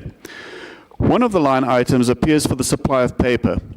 It is welcomed as we are buying from the manufacturers, so we can only hope that we are getting the best price. However, it brings into question the probity of an earlier report in the second quarter, listed GFIN 004-22-23, which was a 3-year contract, and it was noted with reservations from the DA in the second quarter. In the third quarter, we are now noting an item that seems to be overlapping with the 45 million rand stationery item. Given the lack of detail, it is not possible to reach a meaningful conclusion, and it is left to conjecture. To remind the House, the GFIN 004-22-23 is for the appointment of a service provider to supply, deliver, and offload stationery stock items for a period of 3 years on an as and when required basis. Remember, this report only applies to core. It's not for the city as a whole. So that amount does seem very high. Compare this to the item listed here today, which is the appointment of a service provider to provide stock commodities in accordance with regulation, and goes on and so on. But basically, it's for paper and toilet paper. And it's being supplied by Mondi and SAPI. And the cost that we are spending here is 10 million rand. So if we're spending 10 million rand for paper to Mondi and SAPI, what are we spending 45 million rand? And again, we're not sure if this is 45 million rand every quarter, every year, or across the 3-year contract. It's not clear. If it's every quarter, then that's raises alarming. Then that's an alarming amount of stationery. So again, the lack of detail only encourages one to imagine the worst. So as my colleague, Councillor Chris Santana, has often said in this House before, we are here to help. We are here to assist the executive. So allow us to do that. Section 55(1) of the Systems Act indicates that as head of the administration, the municipal manager of a municipality is subject to the policy directions of the municipal council and is responsible and accountable for the formation and development of an economical, effective, efficient, and accountable administration that is equipped for the implementation of the IDP, municipal performance system, and respond to the needs of local communities. So all of us, from the legislature, the executive, and the officials, are responsible and accountable. Another item that underscores my opening to this speech regarding the quality of the reports is in the table that says appointment of Wits School of Governance, an organ of state, in terms of Section 110 of the Municipal Finance Management Act to facilitate municipal financial management training. Well, that sounds like an awesome item, and I think we all need it. However, if we glance across the table, it says that the amount budgeted for this is 2.8 billion. That's with a B. I'm still trying to imagine that number, that's why I'm pausing. That's a lot of, to me that sounds like a whole lot of DJs for somebody.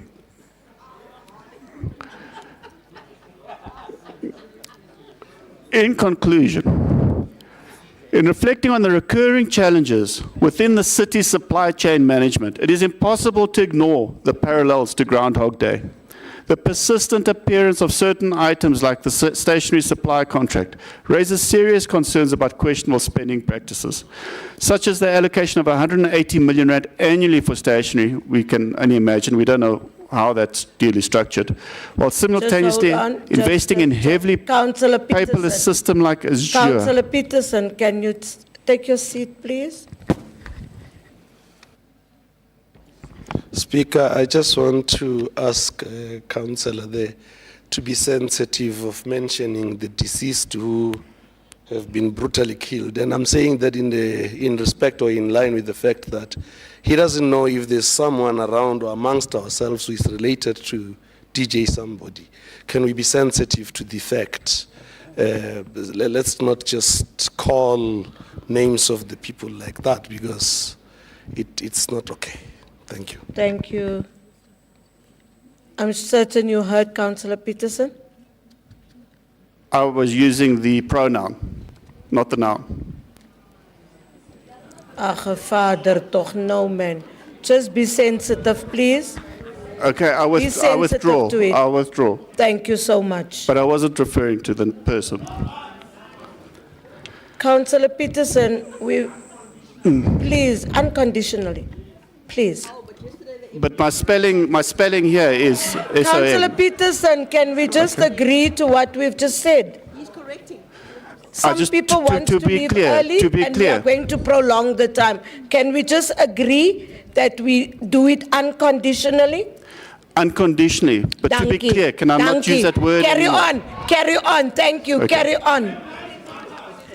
Okay, councillors, please. I'm handling it. I was not referring to anybody. Councillor, please carry on with your speech. Okay.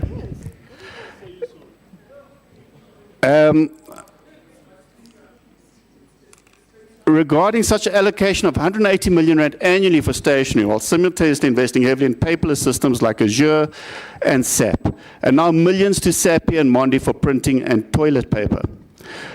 These inefficiencies underscore the urgent need for transparency and accountability in the tender process. It is imperative that the administration takes decisive action to revise the SCM policy, addressing these shortcomings to ensure ratepayer funds are used effectively. Strengthening oversight mechanisms is crucial to fostering fiscal responsibility and delivering better outcomes for the residents of Johannesburg. Unfortunately, given the lack of change since I raised my concerns in January, the Democratic Alliance calls on the voter to give the city of Johannesburg any hope. The DA notes this report with concern. Thank you. Councillor Zita from the EFF. Thank you very much, Speaker. I rise on item 47. Against Pedisari Maduma Afeli. So greetings again to you, to EFF leadership, our caucus leader, caucus chief whip, and my fellow councillors from the EFF and the rest of the councillors. The EFF note the report. Thank you very much, Speaker. Thank you, Councillor Zita. The ANC, Councillor Khatebe or Ratebe. Yes, thank you, Madam Speaker. Greetings to you, the Executive, Chair of Chairs, and the Chief Whip. Madam Speaker, while we note the report as the African National Congress, we also just want to emphasize that while all these deviations have been budgeted for, and we welcome that, but we must not allow these deviations to be used as blank checks. For them to be used as a room for people to do irregular things. And we also would like to maybe urge the audit committee to look into some of these deviations, because some of them are quite alarming, so that we avoid having a situation where our municipalities from time and again, red flagged for these deviations. Thank you, Madam Speaker. Thank you, Councillor. MMC Mabaso.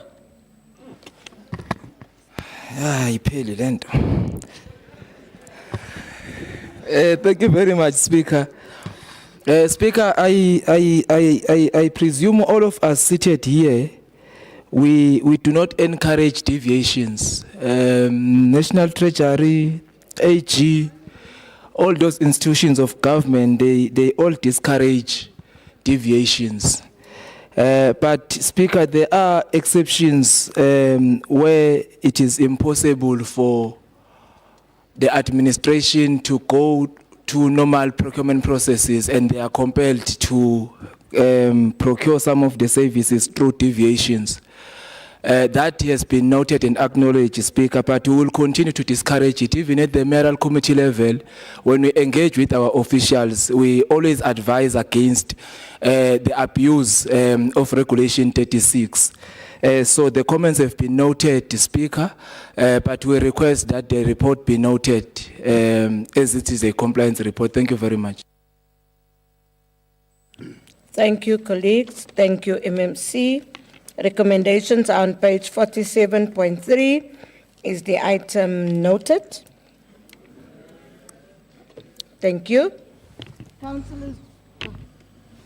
Councillors, we have item 48 and item 49 that are all, they are both Section 71 reports. We are going to put them together and then we can comment on them or debate on them in that fashion. Are we fine with that? Thank you. Councillors, we are on item 48, and that is the City of Johannesburg MFMA in-year financial report for the period ended 28th of February 2025, also read with item 49, which is the City of Johannesburg MFMA in-year financial report for the period ended 31st March 2025. Thank you, Secretary to Council. Action SA, Councillor Nkonyeni. Thank you, Speaker. Speaker, I really wouldn't want to debate reports. Councillor, your mic is off, please. Switch on your mic. It's on, Speaker. It's on. Where's the red? Okay, then on. speak into the mic. Yeah. Not any mic. Yeah. Thank you. I really wouldn't want to debate on quarter 3 reports. I mean, you know, monthly report, February and March, as it were, and we're already in quarter 1 of the new financial year. I think this is the reason also why we have been asking time and time again that can reports be, you know, submitted on time. Now it's almost 5 months later, and, you know, for us to come back and debate this. Action SA notes this report. Thank you, Councillor. The next councillor is Councillor Mkonza from ACDP. Yes, shalom once again, Madam Speaker. So I rise to speak on these 2 items, 48 and 49. Can you speak into the mic, please, Councillor? Yes. Can you hear me now? Yeah, that's fine. Sorry Yes, about that. Apologies. Madam Speaker, I rise to speak on item 48 and 49. Though they are old reports, but it's worth speaking to these reports so that we highlight what we see in these reports. So, Madam Speaker, allow me to first acknowledge the cash net movement of 1.8 billion for the February, which meant that the cash outflows were less than the inflows. However, we'll be keeping an eye on the cash flow from both the investing activities and the financing activities. We must also highlight the revised and reduced 236 million tranches due to underperformance of the Public Transport Network Grant, PTNG. Chair, it looks like there's some debate this side. Councillors, can we respect each other? Thank you very much. Yeah, so Chair, we just wanted to highlight the revised and reduced 236 million tranche due to the underperformance of the Public Transport Network Grant with a 70% conditional grant performance, which is deceiving until you read the March report. The M-score report in this in-year report for the period ended 28 February 2025 says in page 48.8, the month 08 M-score data strings was submitted to the National Treasury on 14 March. Yet this report has ended on the 28th of February. So this is something that we need to check, Madam Speaker. We must be taken serious because some of us do read these reports. the copy and paste must fall, Madam Speaker. Going to the debtors book, we continue as the ACDP to encourage councillors and city employees to play their part in paying for services. We further encouraged, we are encouraged that there was a SALGA that brought together stakeholders in an attempt to commit in reducing the debtors book. We therefore urge the group finance and the revenue team to focus on the low-hanging fruits, which includes the organs of states, which equates to 2.2 billion in debts. Now, going to the March report, Madam Speaker. 17 seconds left, Councillor. Is it not for, we didn't combine them, the times, Madam Speaker? Because it's 3-3? Yeah, by the way, you are right. Can we add the time there? No, you are right. You are right. Others decided to speak in one move. We'll add your other minutes there. You're right. No problem, Madam Speaker. We all are human beings. We do make mistakes sometimes. Yeah, so, Madam Speaker, on the PTNG conditional grant performance, on the February report, it was 70%. When you go to the March one, it drops to 35% from February. And the MMC in this portfolio was promoted to act as the mayor. So are we promoting underperformance or what in this council? The overall performance of the grant is sitting at 51%, and we are 9 months away. And how do we expect to cover the 41% in 4 months? Again, on the MSCOA report, it is reported in this report that the MSCOA data strings was submitted on 14 April on a March report. Speaker, please take us serious. We continue as the ACDP, Madam Speaker, to say that let us be active citizens as councillors. We cannot expect others to pay for services if we are not paying. We have to pay as councillors. We must take ownership of this governance because it is us who is responsible. Madam Speaker, I think I will leave it there because most of it is, I just needed to highlight the reporting standard in the city to say that we cannot say that we have submitted a report in April on a March report. I thank you, Speaker. Thank you, Councillor Nkunza. Councillor Santana. Thank you, Madam Speaker. I've been largely covered by Councillor Nkunza. For us, obviously, it's a disappointment of the fact that these reports arrived to Council late.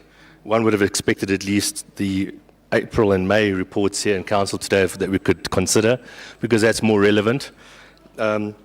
It's a fact, guys. So, you know, if this has been going to National Treasury on the 14th of every month... Councillor Santana. Yes, ma'am. I am still here. I know. Thank you. So, Madam Speaker, yeah, it's just a pity that we're not actually looking at current stuff that we can make informed decisions as Council. We note the report with concerns. We do not believe that we're going to meet the targets that are specified, and I'll go into detail in the quarterly report. Thank you. Thank you, Councillor Santana. Councillor Zita.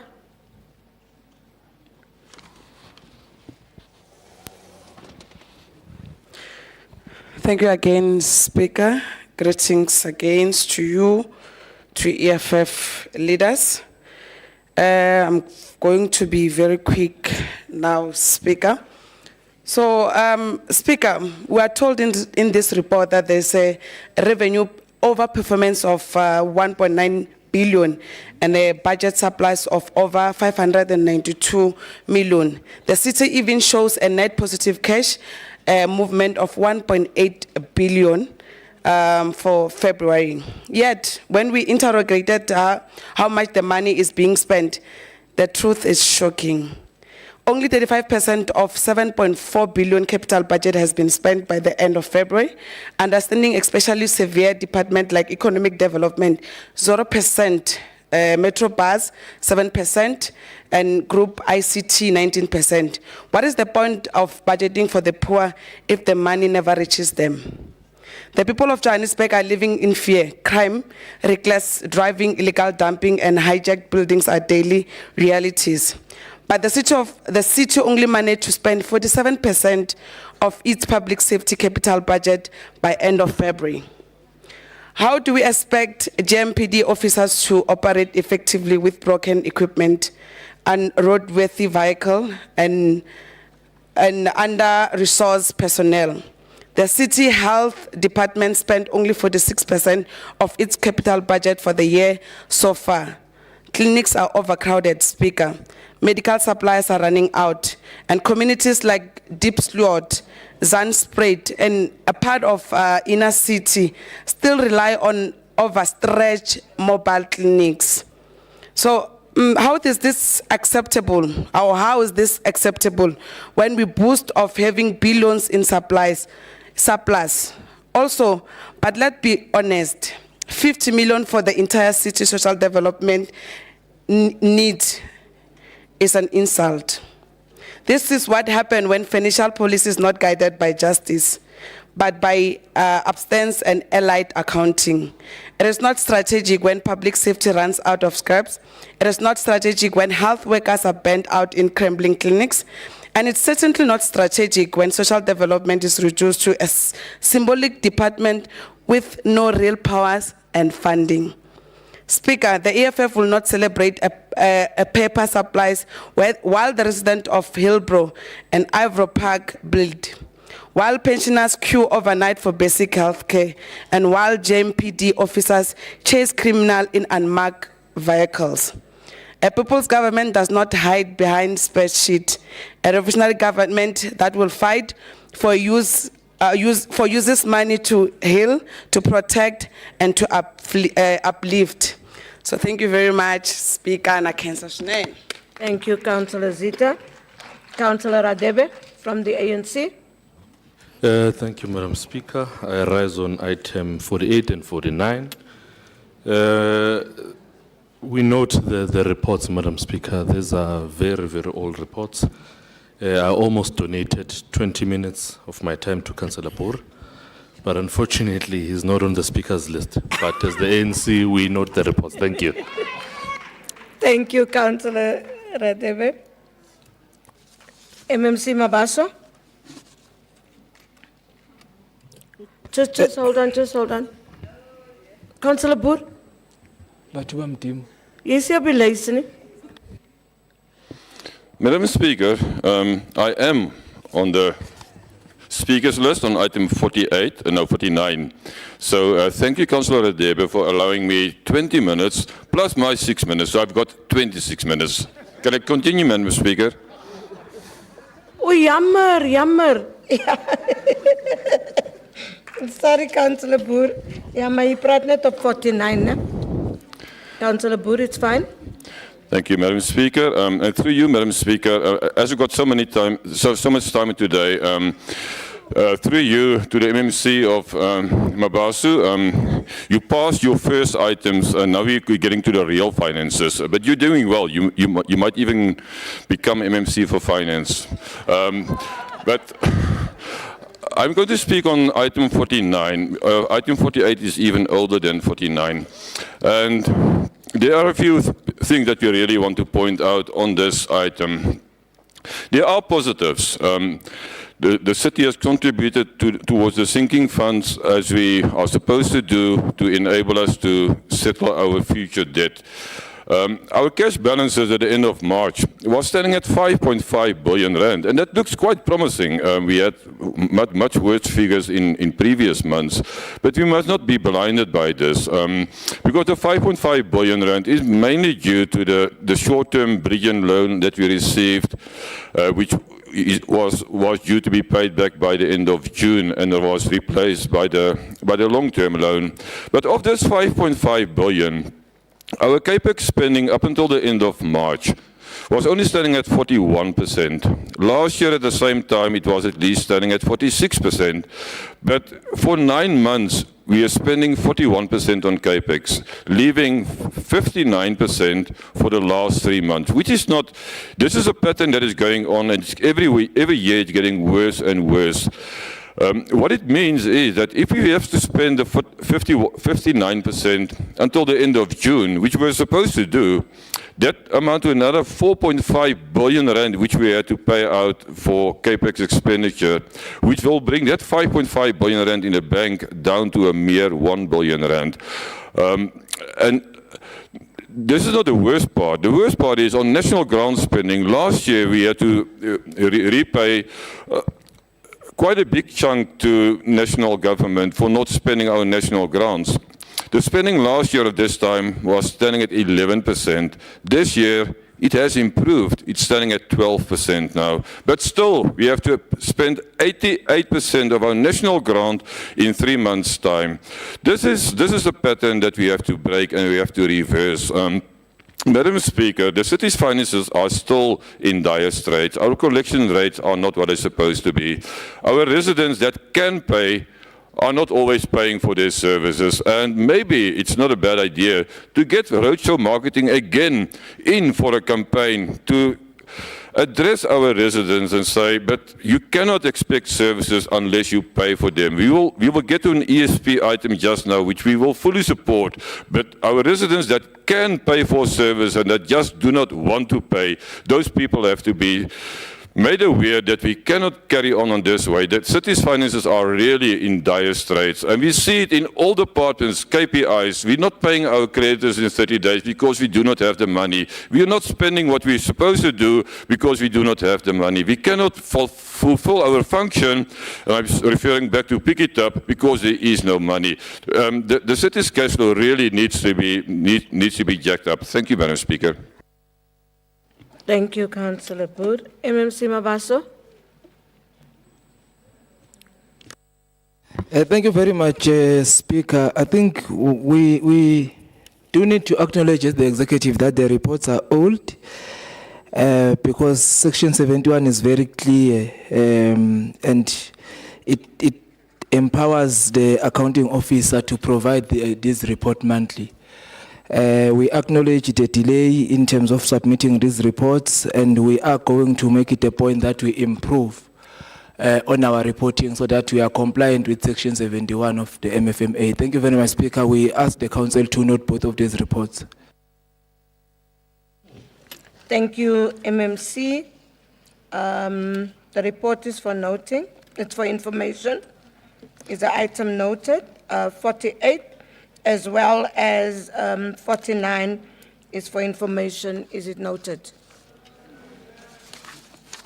Thank you, colleagues. We are now on the next item.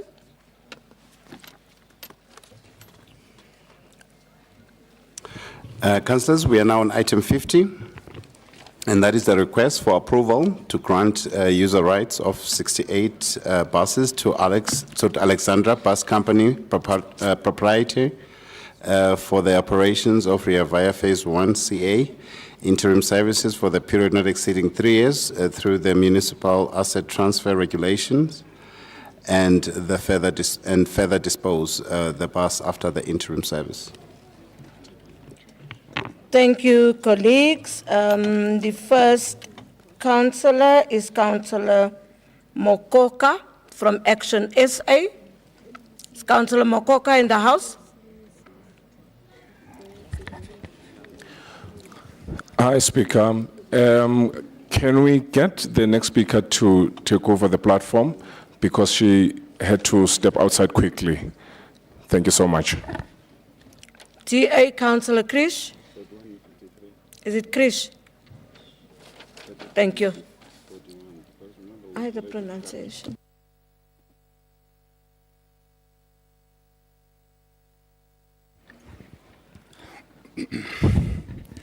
Madam Speaker, all protocol observed. So here we are again at a point where we have to make a decision on whether we want to support this item or not. And initially, we felt we should because we support the progress that needs to be made on the area via 1C. But based on the current circumstances and the loss of the MMC, we are quite concerned about some of the aspects of what is in the report and what has been left out of the report. And I think that's kind of where we're landing at the moment. If we look at the report, it does mention that the purchase of these buses from Bombela are going to be for 18 million rand, which is in excess of the 10 million rand. So we want to know why there's a discrepancy of 8 million rand. The other issue is obviously the fact that the ABC or bus operating company should be procuring their own buses, 141 of them. And that is also of concern for us because surely any winning bidder or operating company should be able to show due diligence or the capacity to buy their own buses. And so here we've got a situation where the city's trying to bridge the situation by purchasing these 68 buses. And, you know, it's not only the contentious price of 18 million rand that we're quite bothered about because, you know, we're not sure if there's anything untoward in the tender and we're not going to support something and then it pops out in News 24 that somebody got part of the middle slice. And so that is a concern for us. And you're well aware that the Democratic Alliance's main mission is to attack and destroy and identify crime, corruption and crime within all spheres of government. And certainly, I have my suspicions that this thing isn't very clean. When I look at the price of the refurbishment and retrofitting and branding, I mean, it's 32 million rand. I was sort of trying to work out whether we should have just bought new buses in the first place. And so that's very, very concerning. And you know, transport is a big issue for us because the ex-MMC, Mr. Kenny, hasn't officially been at any of the 12 Section 79 committee meetings since 2023. And that's the minutes of the meeting as approved by the councillors on those days. And certainly he's been late for a few. But you have an MMC who's pretty much been absent. I mean, the last time we had a committee report was actually April, before that. And the Transport Section 79 hasn't even seen the last quarter report. And so again, we are here at Council looking at reports that never get through the Section 79 committee. And so as the DA, we refuse. We're not going to accept having reports just sort of fly past the Section 79 without scrutiny and accountability. And this is one of these cases. And it's well aware that during the tenure of the MMC, Kenny, that he was barely in council. Barely.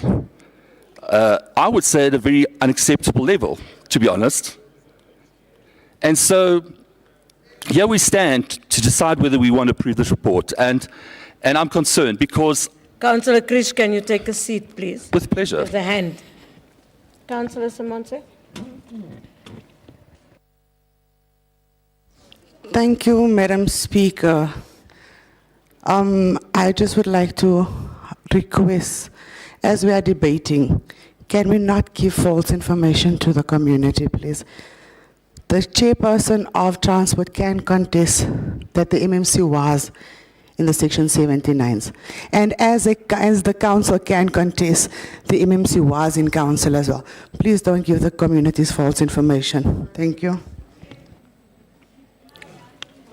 Councillor Krish, don't mislead. Thank you, Madam Speaker. I can stand by Councillor, the minutes of the meeting of the saying Section don't 79. mislead. Pardon? Don't mislead and carry on with your speech. Don't Thank you. Sorry?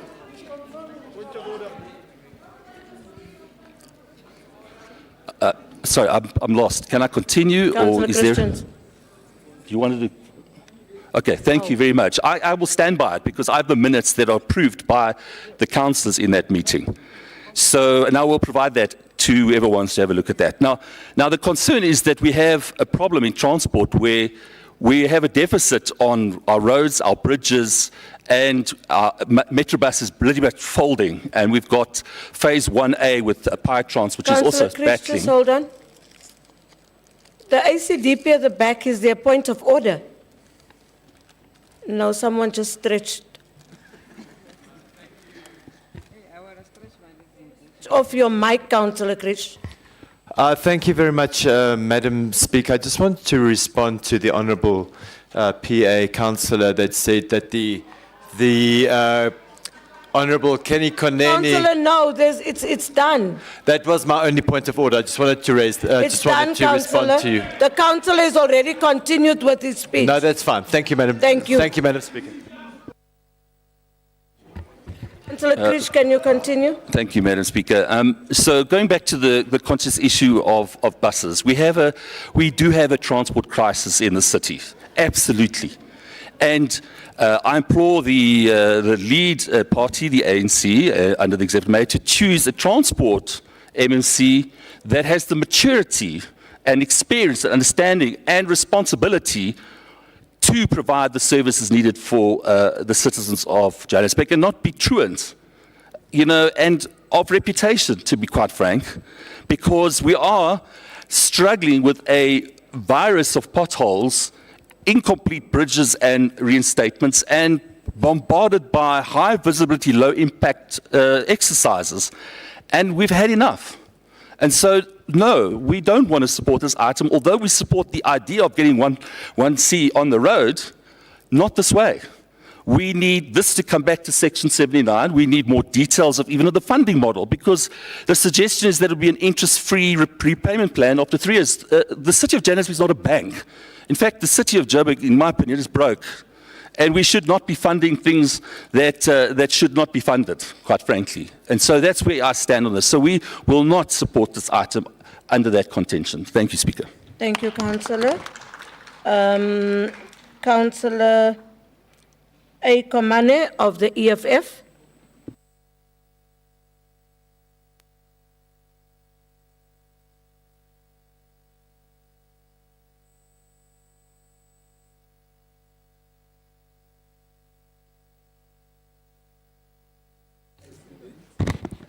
No, I'm not going to do that.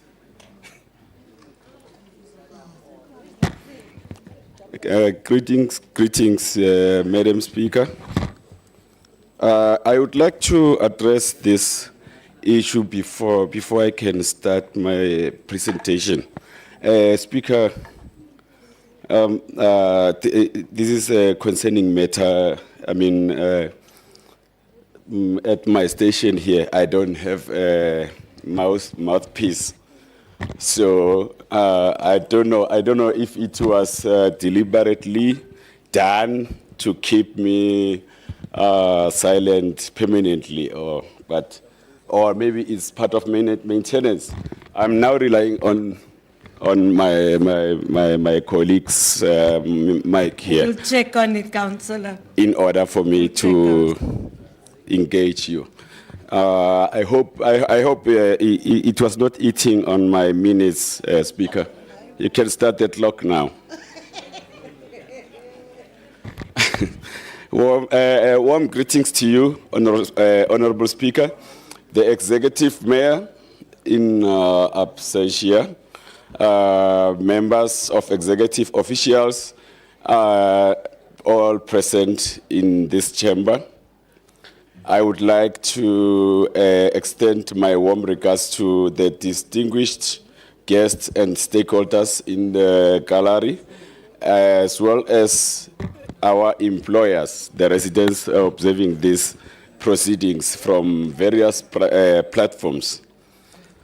A special acknowledgement goes to our esteemed caucus leader and diligent MMC, of Public Safety, Dr. Mqini Chwaku, in his absentia, our dedicated caucus whip, Thabisa Mohapi, and our commendable MMC of Health, Eni Makafula. The people of South Africa are closely observing, appreciating, and acknowledging your significant contribution to the city, alongside with 29 battalions of the Red Brigade, who continue to serve with valor. As representatives of the people, we remain steadfast in our vigilance and accountability, always striving to uphold the values entrusted to us by our constituents. Honorable Speaker, I rise on item 50. The economic freedom fighters, the EFF, applauds the ongoing initiative to promote economic empowerment for small business and persons who have been historically disadvantaged by systematic discrimination. One notable example is the long overdue recognition and acknowledgement of the taxi industry, which played an integral part throughout the struggles of our people since time immemorial. Furthermore, we commend the effort of the effort to facilitate the restructuring of the parastatal transport operator to discourage monopolistic practices. This is indeed a step in the right direction. Honorable Speaker, this report was deferred by the Mayoral Committee on April 10th, 2025, to allow Department of Transport to make amendments aimed at to develop sound financial model in collaboration with Group Finance and the Budget Office. The goal was to ensure that the operating company could repay the city for the fleet over a defined term, potentially without interest. However, Madam Speaker, I would like to address this critical issue here. Potentially, let's remove 35 seconds left. Let's remove that. Thank you. Let's remove that potentially, Madam Speaker. In reference to charging the interest, how can we claim to economically empower our people who are already struggling, while simultaneously imposing interest burden on them? So the model must be structured and safeguard public funds while genuinely promoting ownership by bus operating company. I hope the EFF is deeply concerned, Honorable Speaker, about the allocation of 32 million for vehicle refurbishment and branding, which is Speaker, Councillor Mahlari. Can I finish, Speaker? No, the problem. Councillor Mahlari, ANC. Thank you, Speaker. All protocols observed. I rise to speak on item 50.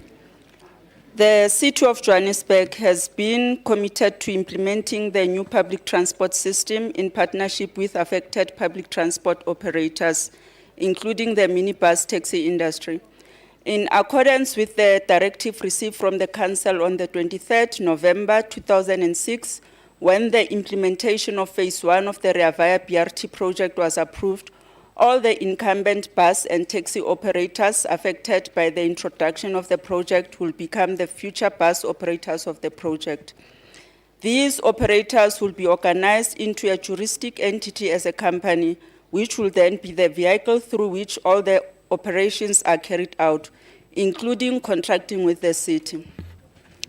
The city recognized that for each phase of the Rea Vaya BRT, that a separate bus operating company would have to be formed, which will take up the rights and the obligations of the incumbent operators who were to become part of such a company. A policy document was developed and approved in Council in 2012. Since then, the city has been guided by this document. In closing, as we commemorated the month of the Freedom Charter in June, Speaker, I would like to quote from the document that was adopted at the Congress of the People at Kliptown on the 26th of June, 1955, and which still guides us even today. Point 3 of the Freedom Charter states that the people shall share in the country's wealth. We are implementing the above clause when considering, approving, and authorizing the Alexander Bus Company the right to use, control, and manage the 68 buses in the interim, thus promoting economic empowerment of small businesses, and persons previously disadvantaged and marginalized from participating in the mainstream of economic activities. Madam Speaker, the ANC caucus supports the item and its recommendations. We believe that it will provide help in bringing accessible, reliable, and affordable public transport for residents of Alexander, Ekomora, and neighboring areas. As we continue to raise the hashtag, the Joburg we all want. Thank you. Thank you, Councillor Masari. Councillor Mokoka.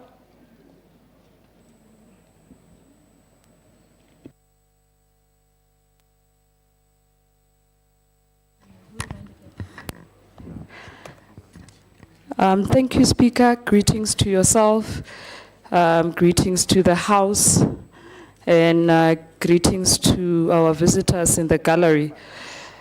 Speaker, this proposal is commendable in its intent, as it seeks to address the persistent delays in service delivery within Rea Vaya Phase C1 project. However, Madam Speaker, it would be irresponsible for this House to approve the report in its current form. While we understand that the executive has the ability to submit directly to Council under the agency provision of Rule 32, thus bypass the Section 79 committees, we must be cautious, Speaker. This practice is now appearing to be a misuse and a passage to not bring the House into confidence. And I must remind everyone, Speaker, of the oath that we took to be faithful to the Republic of South Africa when we serve in this House. There are significant risks to the city should this report be approved without oversight and in its current form. That is without a pre-approved legally binding repayment framework. The city's 69.5 million investment remains unsecured, potentially making cost recovery. It's unlikely. The report delegates authority to establish a disposal committee to the city manager before defining critical financial terms related to asset recovery. This effectively removes Council's direct oversight to the repayment and the asset transfer process.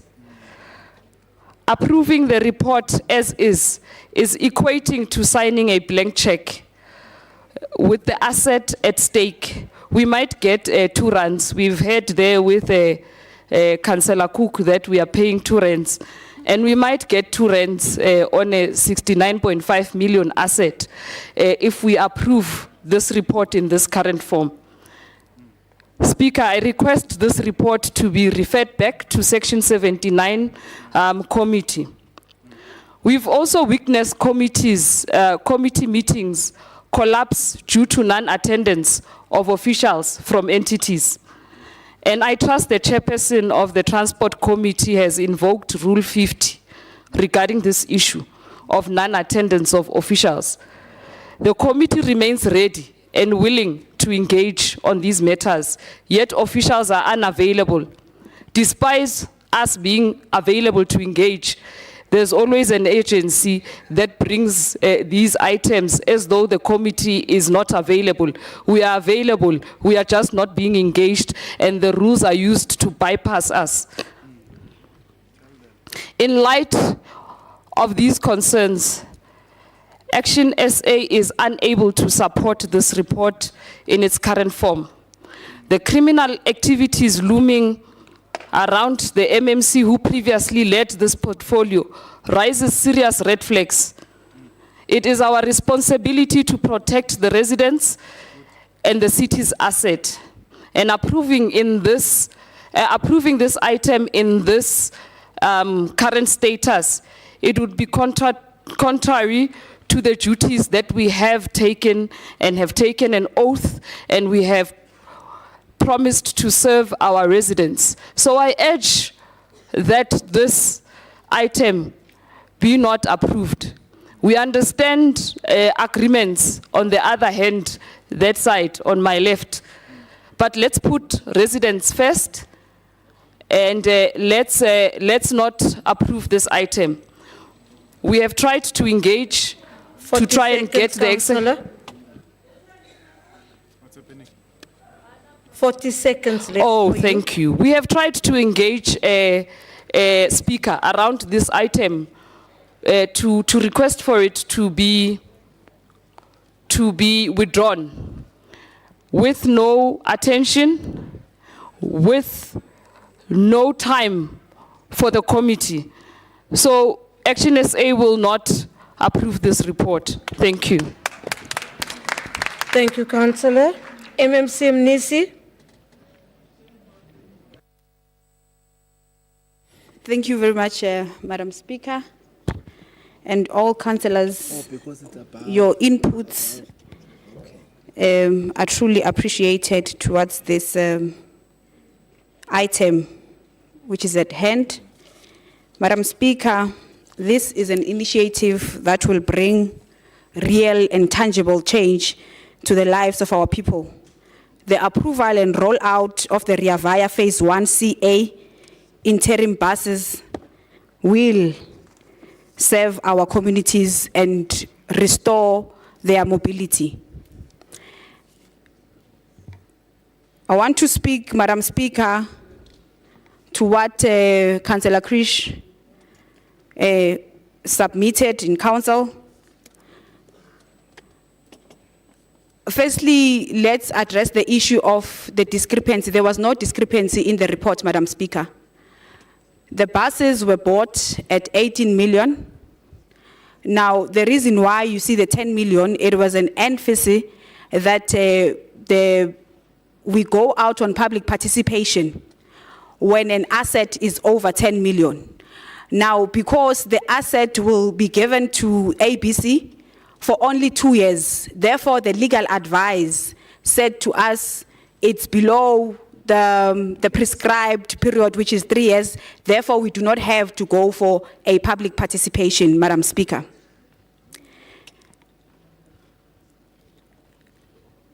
When you look into the report, Madam Speaker, you will see again there's 32 million for refurbishment of buses. These buses, Madam Speaker, were bought in Bombela, yes indeed, because we do not have our model here in South Africa for Rea Vaya. So we bought them for 32 million, which we agree is expensive because we had to refurbish them and reconfigure them to meet the Rea Vaya standard specification. That is why the amount is so expensive and it yields to 32 million.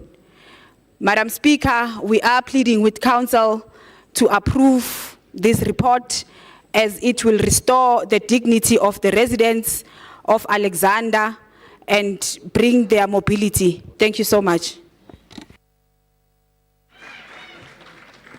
Councillors, the recommendations are on page 50.5. Is the item agreed to?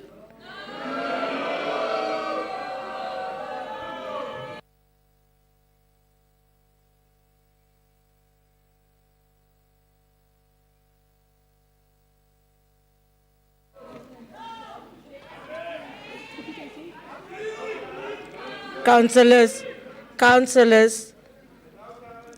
I'm going to ask for a second time. The recommendations are on page 50.5. Is the item agreed to?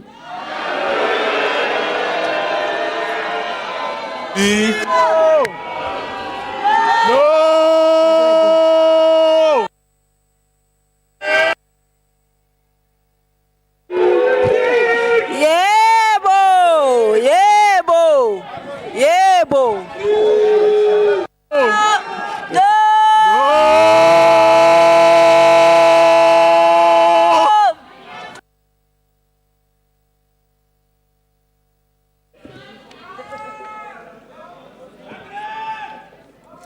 This is the only time that I wish I was sitting at the bottom, but so that I could scream.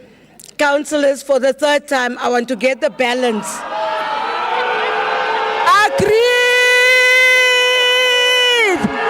Agreed! Agreed!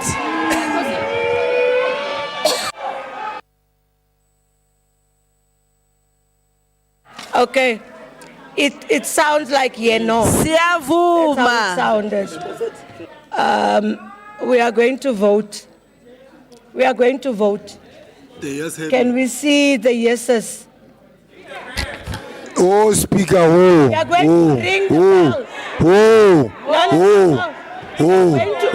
We are going to ring the bell. Colleagues, we are going to ring the bell because I know there was caucuses outside. So I'm going to ring the bell. There are people running from that side. There are people standing up straight there. So we're ringing the bell. We're coming in. We are going to, no, we have to, we can't, no. Councillor Christians, what do you want to say? Councillor Niemand?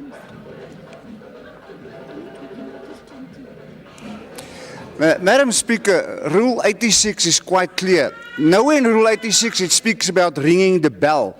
It's for you to make sure after the yes or no's, and if you want to go there, to make sure. It doesn't say ring the bell. When the roll call procedure comes in Rule 87, that's when you ring the bell. You don't need to ring the bell now. Councillor Niemand? Councillor Niemand? Councillor Niemand? Councillor Niemand? To be honest, I could not understand what you're saying. I'm ringing the bell so that people can come in so that we can vote.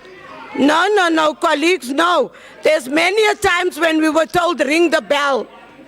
So we are ringing the bell. I've ruled. We've rung the bell. People are coming in. Please ring the bell for 3 seconds.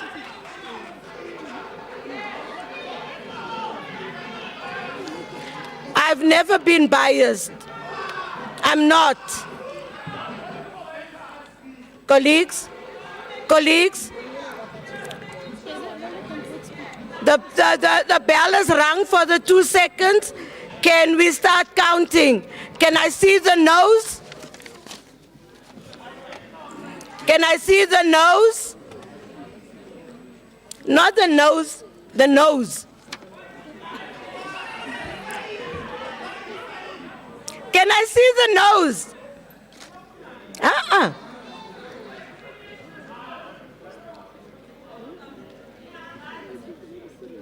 You see, all the councillors are walking in.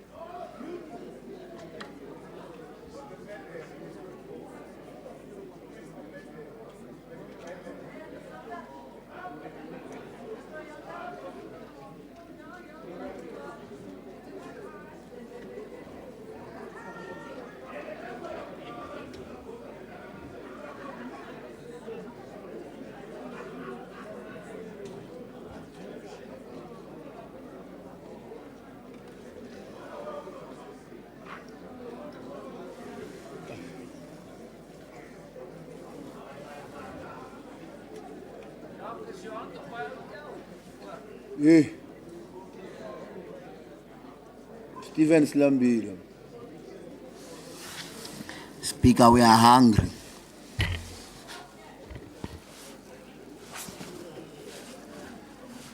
You can drop your hands. Can we have the yeses?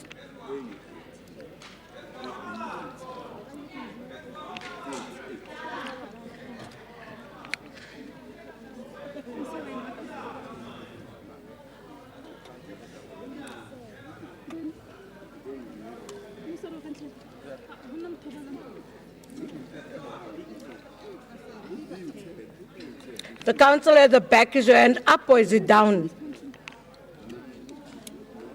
Okay.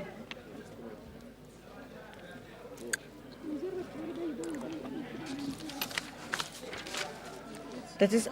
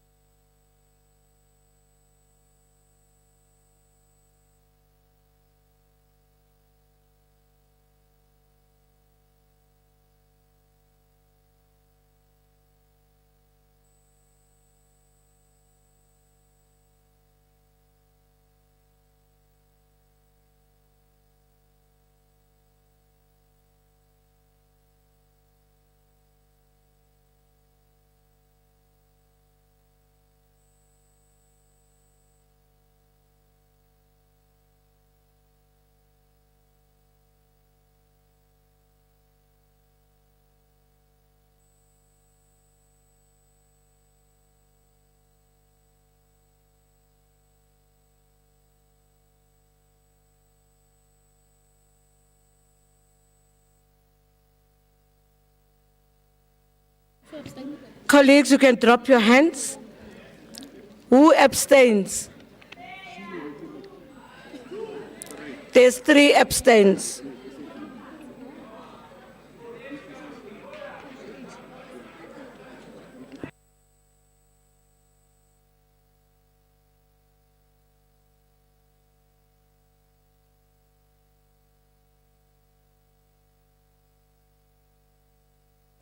The councillor that's at the back that's screaming like that, why are you doing that? No, councillor, no. Asseblief toch, hi, nee.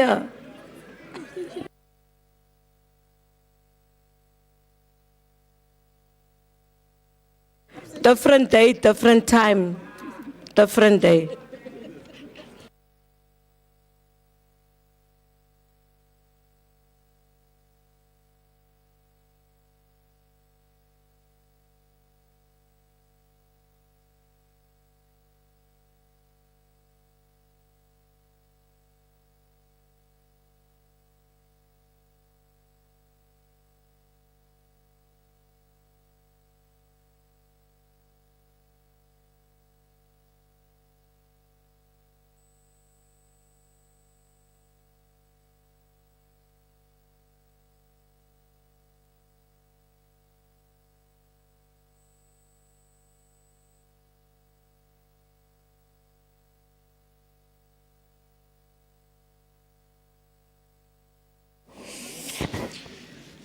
Welcome, Mr. Mayor.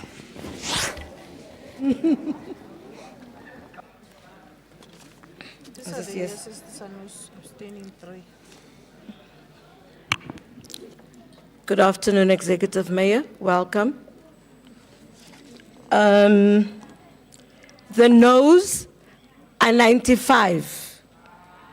The yeses are 112. And abstain is 3. Thank you. The item has been carried. Councillor.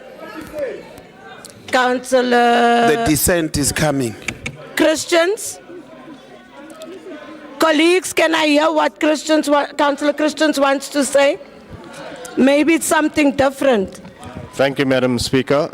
Madam Speaker, in terms of Rule 84, the DA would like its opposition to this item noted in the report, and furthermore, we will be referring the delay tactic used by yourself to the Rules Committee for consideration. Thank you.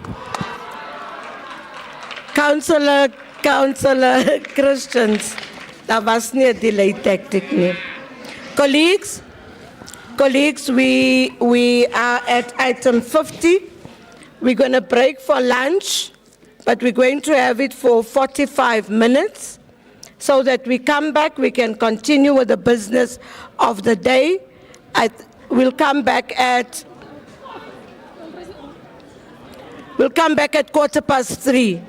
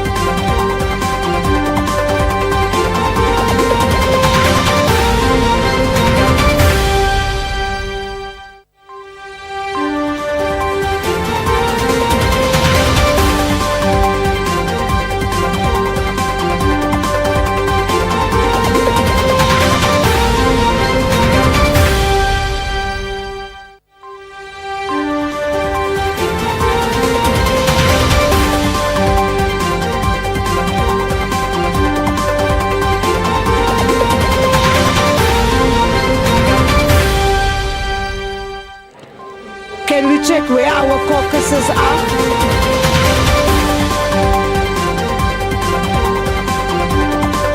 Colleagues, can we check on our caucuses? We said we're coming back at 3:15. It's 19 minutes past.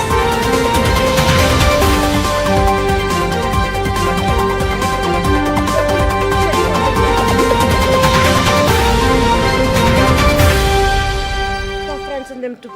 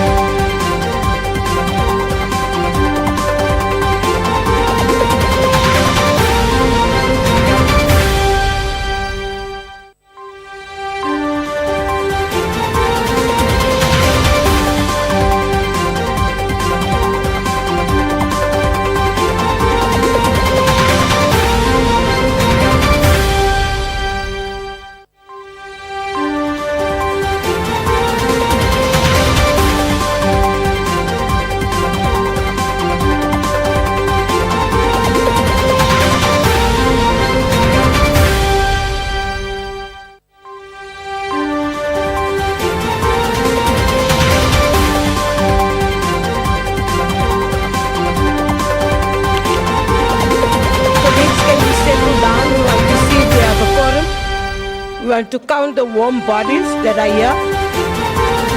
If your neighbor is not here, please tell your neighbor to come in. Or if your neighbor is left, it's different.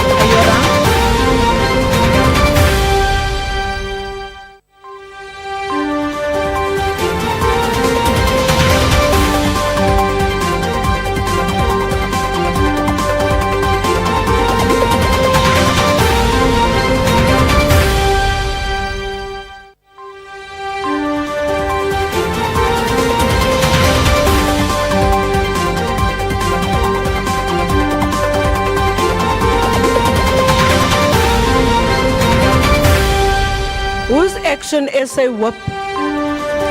Who's the whip for Action SA?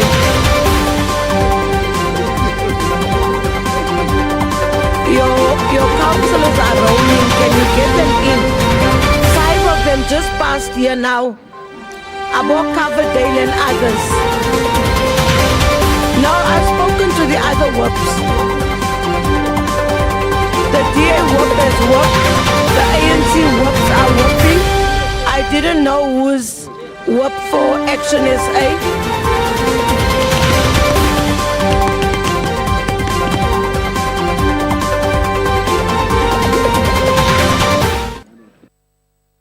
Are we going to start counting? Can we be seated so that we can be counted?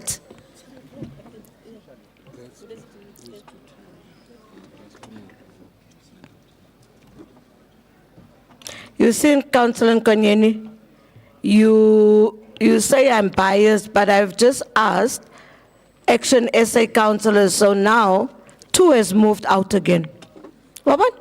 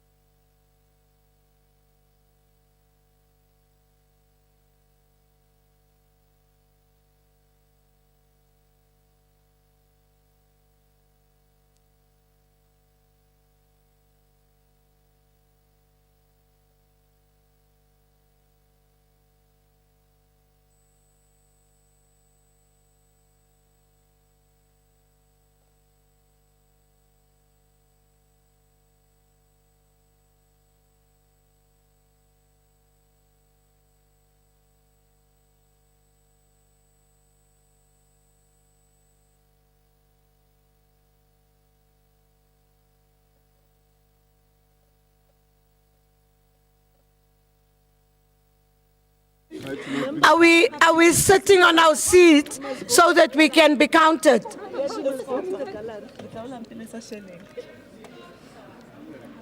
Please, Councillor. Councillor Neiman. Gedrag jou volgens jou geslag en jou ouderdom.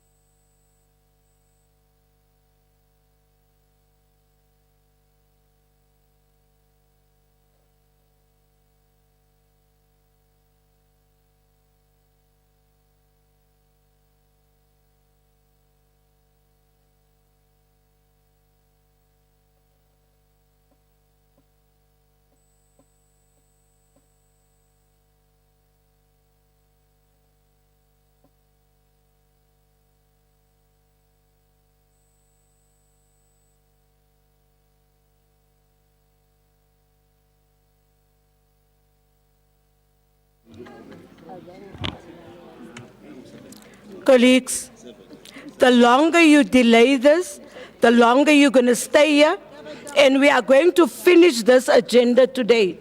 We are not leaving anything behind. We are going to finish the agenda. I will sit here until we are done. There was days that we went out here at 2 o'clock in the morning.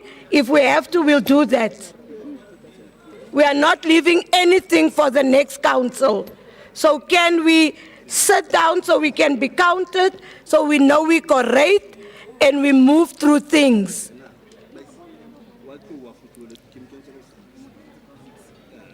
I think my baptism ended yesterday. They're not sitting on the place. I just have the team is going back. There are a lot of people coming. Colleagues, legal is complaining. They count you and then you move and then you move and then they count you and they recount you. You are not assisting them. Peter says we are counting triplets now. Because you are 3 times being counted. And you know Peter and counting, he doesn't want to count. Colleagues, asseblief toch, please. Ngiyacela, kanala, asseblief.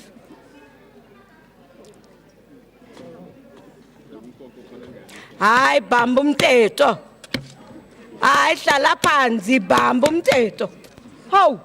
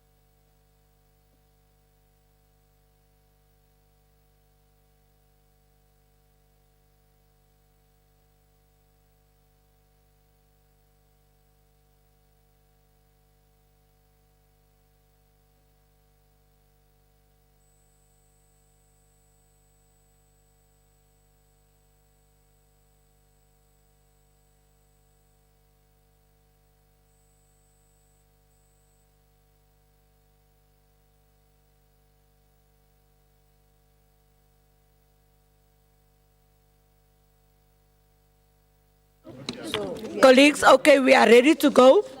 We correct. We are 157.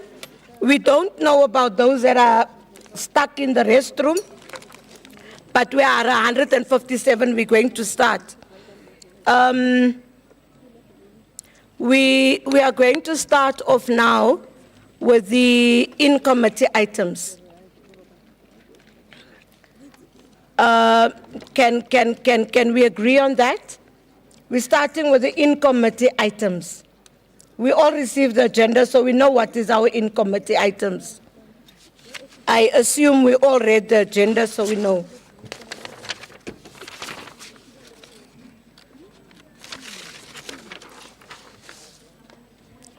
Can we get people that are in the gallery, cameras? Aipo. Can we get cameras and people in the gallery to get out of the gallery, please? Asseblief, we want to go to in-committee. Switch off your cameras and we'll call you. Don't call us.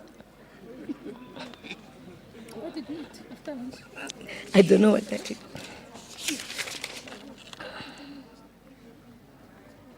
Which is the in-committee? My item is item 18. We're going to do item 89, and the executive will tell us what is there. Item 90. MMC Masuku. It's 89, 90, and 91, if I am right.